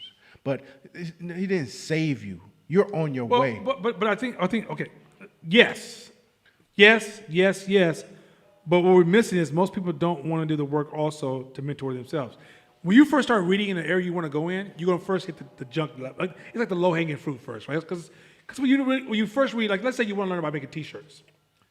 There's material I can go read about making T-shirts, but the first level of materials I'm going to read is not going to be that good, right? And so when I go out there, I'm going to discover it's not that good because one, you're going to hear, you might watch a video from somebody who's like really performing, and they're going to say something totally different. You're like, what? And then it's going to speak your curiosity to do more research. And now you went from level 1 books to level 3 books. And then as you read level 3 books, you start to feel confident, right? And then you realize, yeah, this is cool, but there's hella limitations because if I do this, I can't go any further. Then you read level 5 books. Then you start reading complementing books that take you to level 8, right? Now, a mentor can do that, and you can do that. I'm saying I respect mentors and I believe in mentors. I'm not saying I don't believe in that because that's not true. Because I had mentors that hit me at certain segments of my life, but I never had a mentor the whole time like, hey, Donna, let me see what you're doing today. Hey, Donna, let me see what you're doing today. And I realized at some point I had to mentor myself. I had to engage. When I said at the beginning of this year, no one ever practices in this class. I mean, in the real world, in the real world, most people don't practice. Most people don't read. Most people don't study. If you practice, read, and study, you would almost start to enhance your personal mentoring. Now, your mentoring will then organically come into existence because when you talk about certain stuff, when people hear those buzzwords, I can be in a room and somebody can say certain words. I'm like, oh, shit, that dude's in marketing. Let me see what he's talking about. And then I may challenge you in a conversation that make you go, let me think about that. But even with mentors, what he said, don't let a mentor become a guru. Let a mentor spark new ideas that you have to take ownership of. Never let anybody own your ideas. Yeah. Because if you do that, like let's say Court's mentoring me, and he's giving me great game all the way up to this point. What's going to happen when Court is in New York working on a project, and I'm now in front of a big deal, and I can't gain access to him? That dependency is going to hurt me and make me not trust in myself. But if Court just gave me information, and then when he gave it to me, I took it and researched it. Even when Court gives me, he don't give it to me often flawed because he's going to leave so much out because he's moving and talking. He's thinking he's not going to give me all the small details, and the devil's in the details. So ownership of information always falls on you. Mentor can never give that to you. A mentor is designed to make you question your path and consider pivoting. Yeah. My first mentor came to me from the newspaper. I was doing my business best way I could, and somehow I got a little pop, Oakland Tribune. So, and they put my number at the bottom. So I'm doing my shit, doing it the way I think I know how to do it, best way I can. Guy calls me. Hey, I think I can help you out, give you some pointers. Okay, who are you? Guy from the founder of North Face. He's a Berkeley kid, white guy. The founder of North Face is an OG Berkeley white dude. Come to my office. Went to his office. He was the first one that said, yeah, designs are cool, but it's your branding, and this is how you brand. I'm design. Yeah, of course, I'm North Face. All of our designs is top notch, but it's brand, and it's how you position yourself in the brand. Let me show you this pyramid. Yeah. And we talked for he said, come here every Friday for 6 months. And he taught me the whole shit, like all his shit. And I walked away. No, he did. You know what he did? This is the last day. Here's 10 G's. Bye. I think you're going to be good one. I think you're going to be dope. Now, I was pissed because I thought he was going to invest in me. I was pissed. But the game that I learned from him I skipped so many steps. But it was my business because there's certain potholes that he didn't know existed as a black entrepreneur. That he'd be like, so just do A, B, and C. What's the problem? I'm like, bro, do you realize A, B, and C wasn't built for me? There's no way that I can even get. But, okay, this is the feedback theory I talked about last week. Our brains will always remember those highlights, but you receive more feedback from other people than he did. It's just that was symbolic, right? So then you may think you're not getting the same mentoring because you may not get the same something similar. It doesn't mean like 10,000. It don't I might have be to be north. that, yeah. But let me explain why this is important. This is why I say mentoring is a hard conversation because mentoring is a rich feedback loop, right? Mm-hmm. Okay. But we look at feedback loops as moments in time when they're continuous, right? So, for example, there's an argument that says, if I decide I want to get up and leave this room, I don't make this decision to get up and I leave the room. I'm making decisions all the way to the door. We get around this chair, then move around this, then we decide this. So you make decisions all the way to the door, right? But often the only thing we talk about is I decided to leave. So now, if somebody was following step by step, they think deciding to leave was how they got out of this obstacles course when it was like, well, no, then I made this decision, right? I'm saying the reason you want to get yourself mentor ready, or I'm thinking of another term, but ready for mentoring, is because you're always being mentored. Always, at all times. You will go into a corner store. I've been in New York, and remember we talked about this. I went to New York, and I go into this spot by the Eiffel Tower. There's this white dude who runs this place. You walk in, and he has all this different kind of food. You can walk around. You choose what food you want, and you pay for it at the register, and they move hella fast, Is that right? a bodega? Is that a bodega? No. I don't know. I don't remember. You walk in, they got all kind of food. And you just walk in, you grab what you want.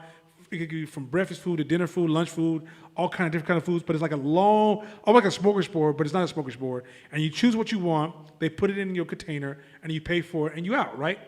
But it's moving, and line is going. So the owner comes out, and he just decides to talk to me.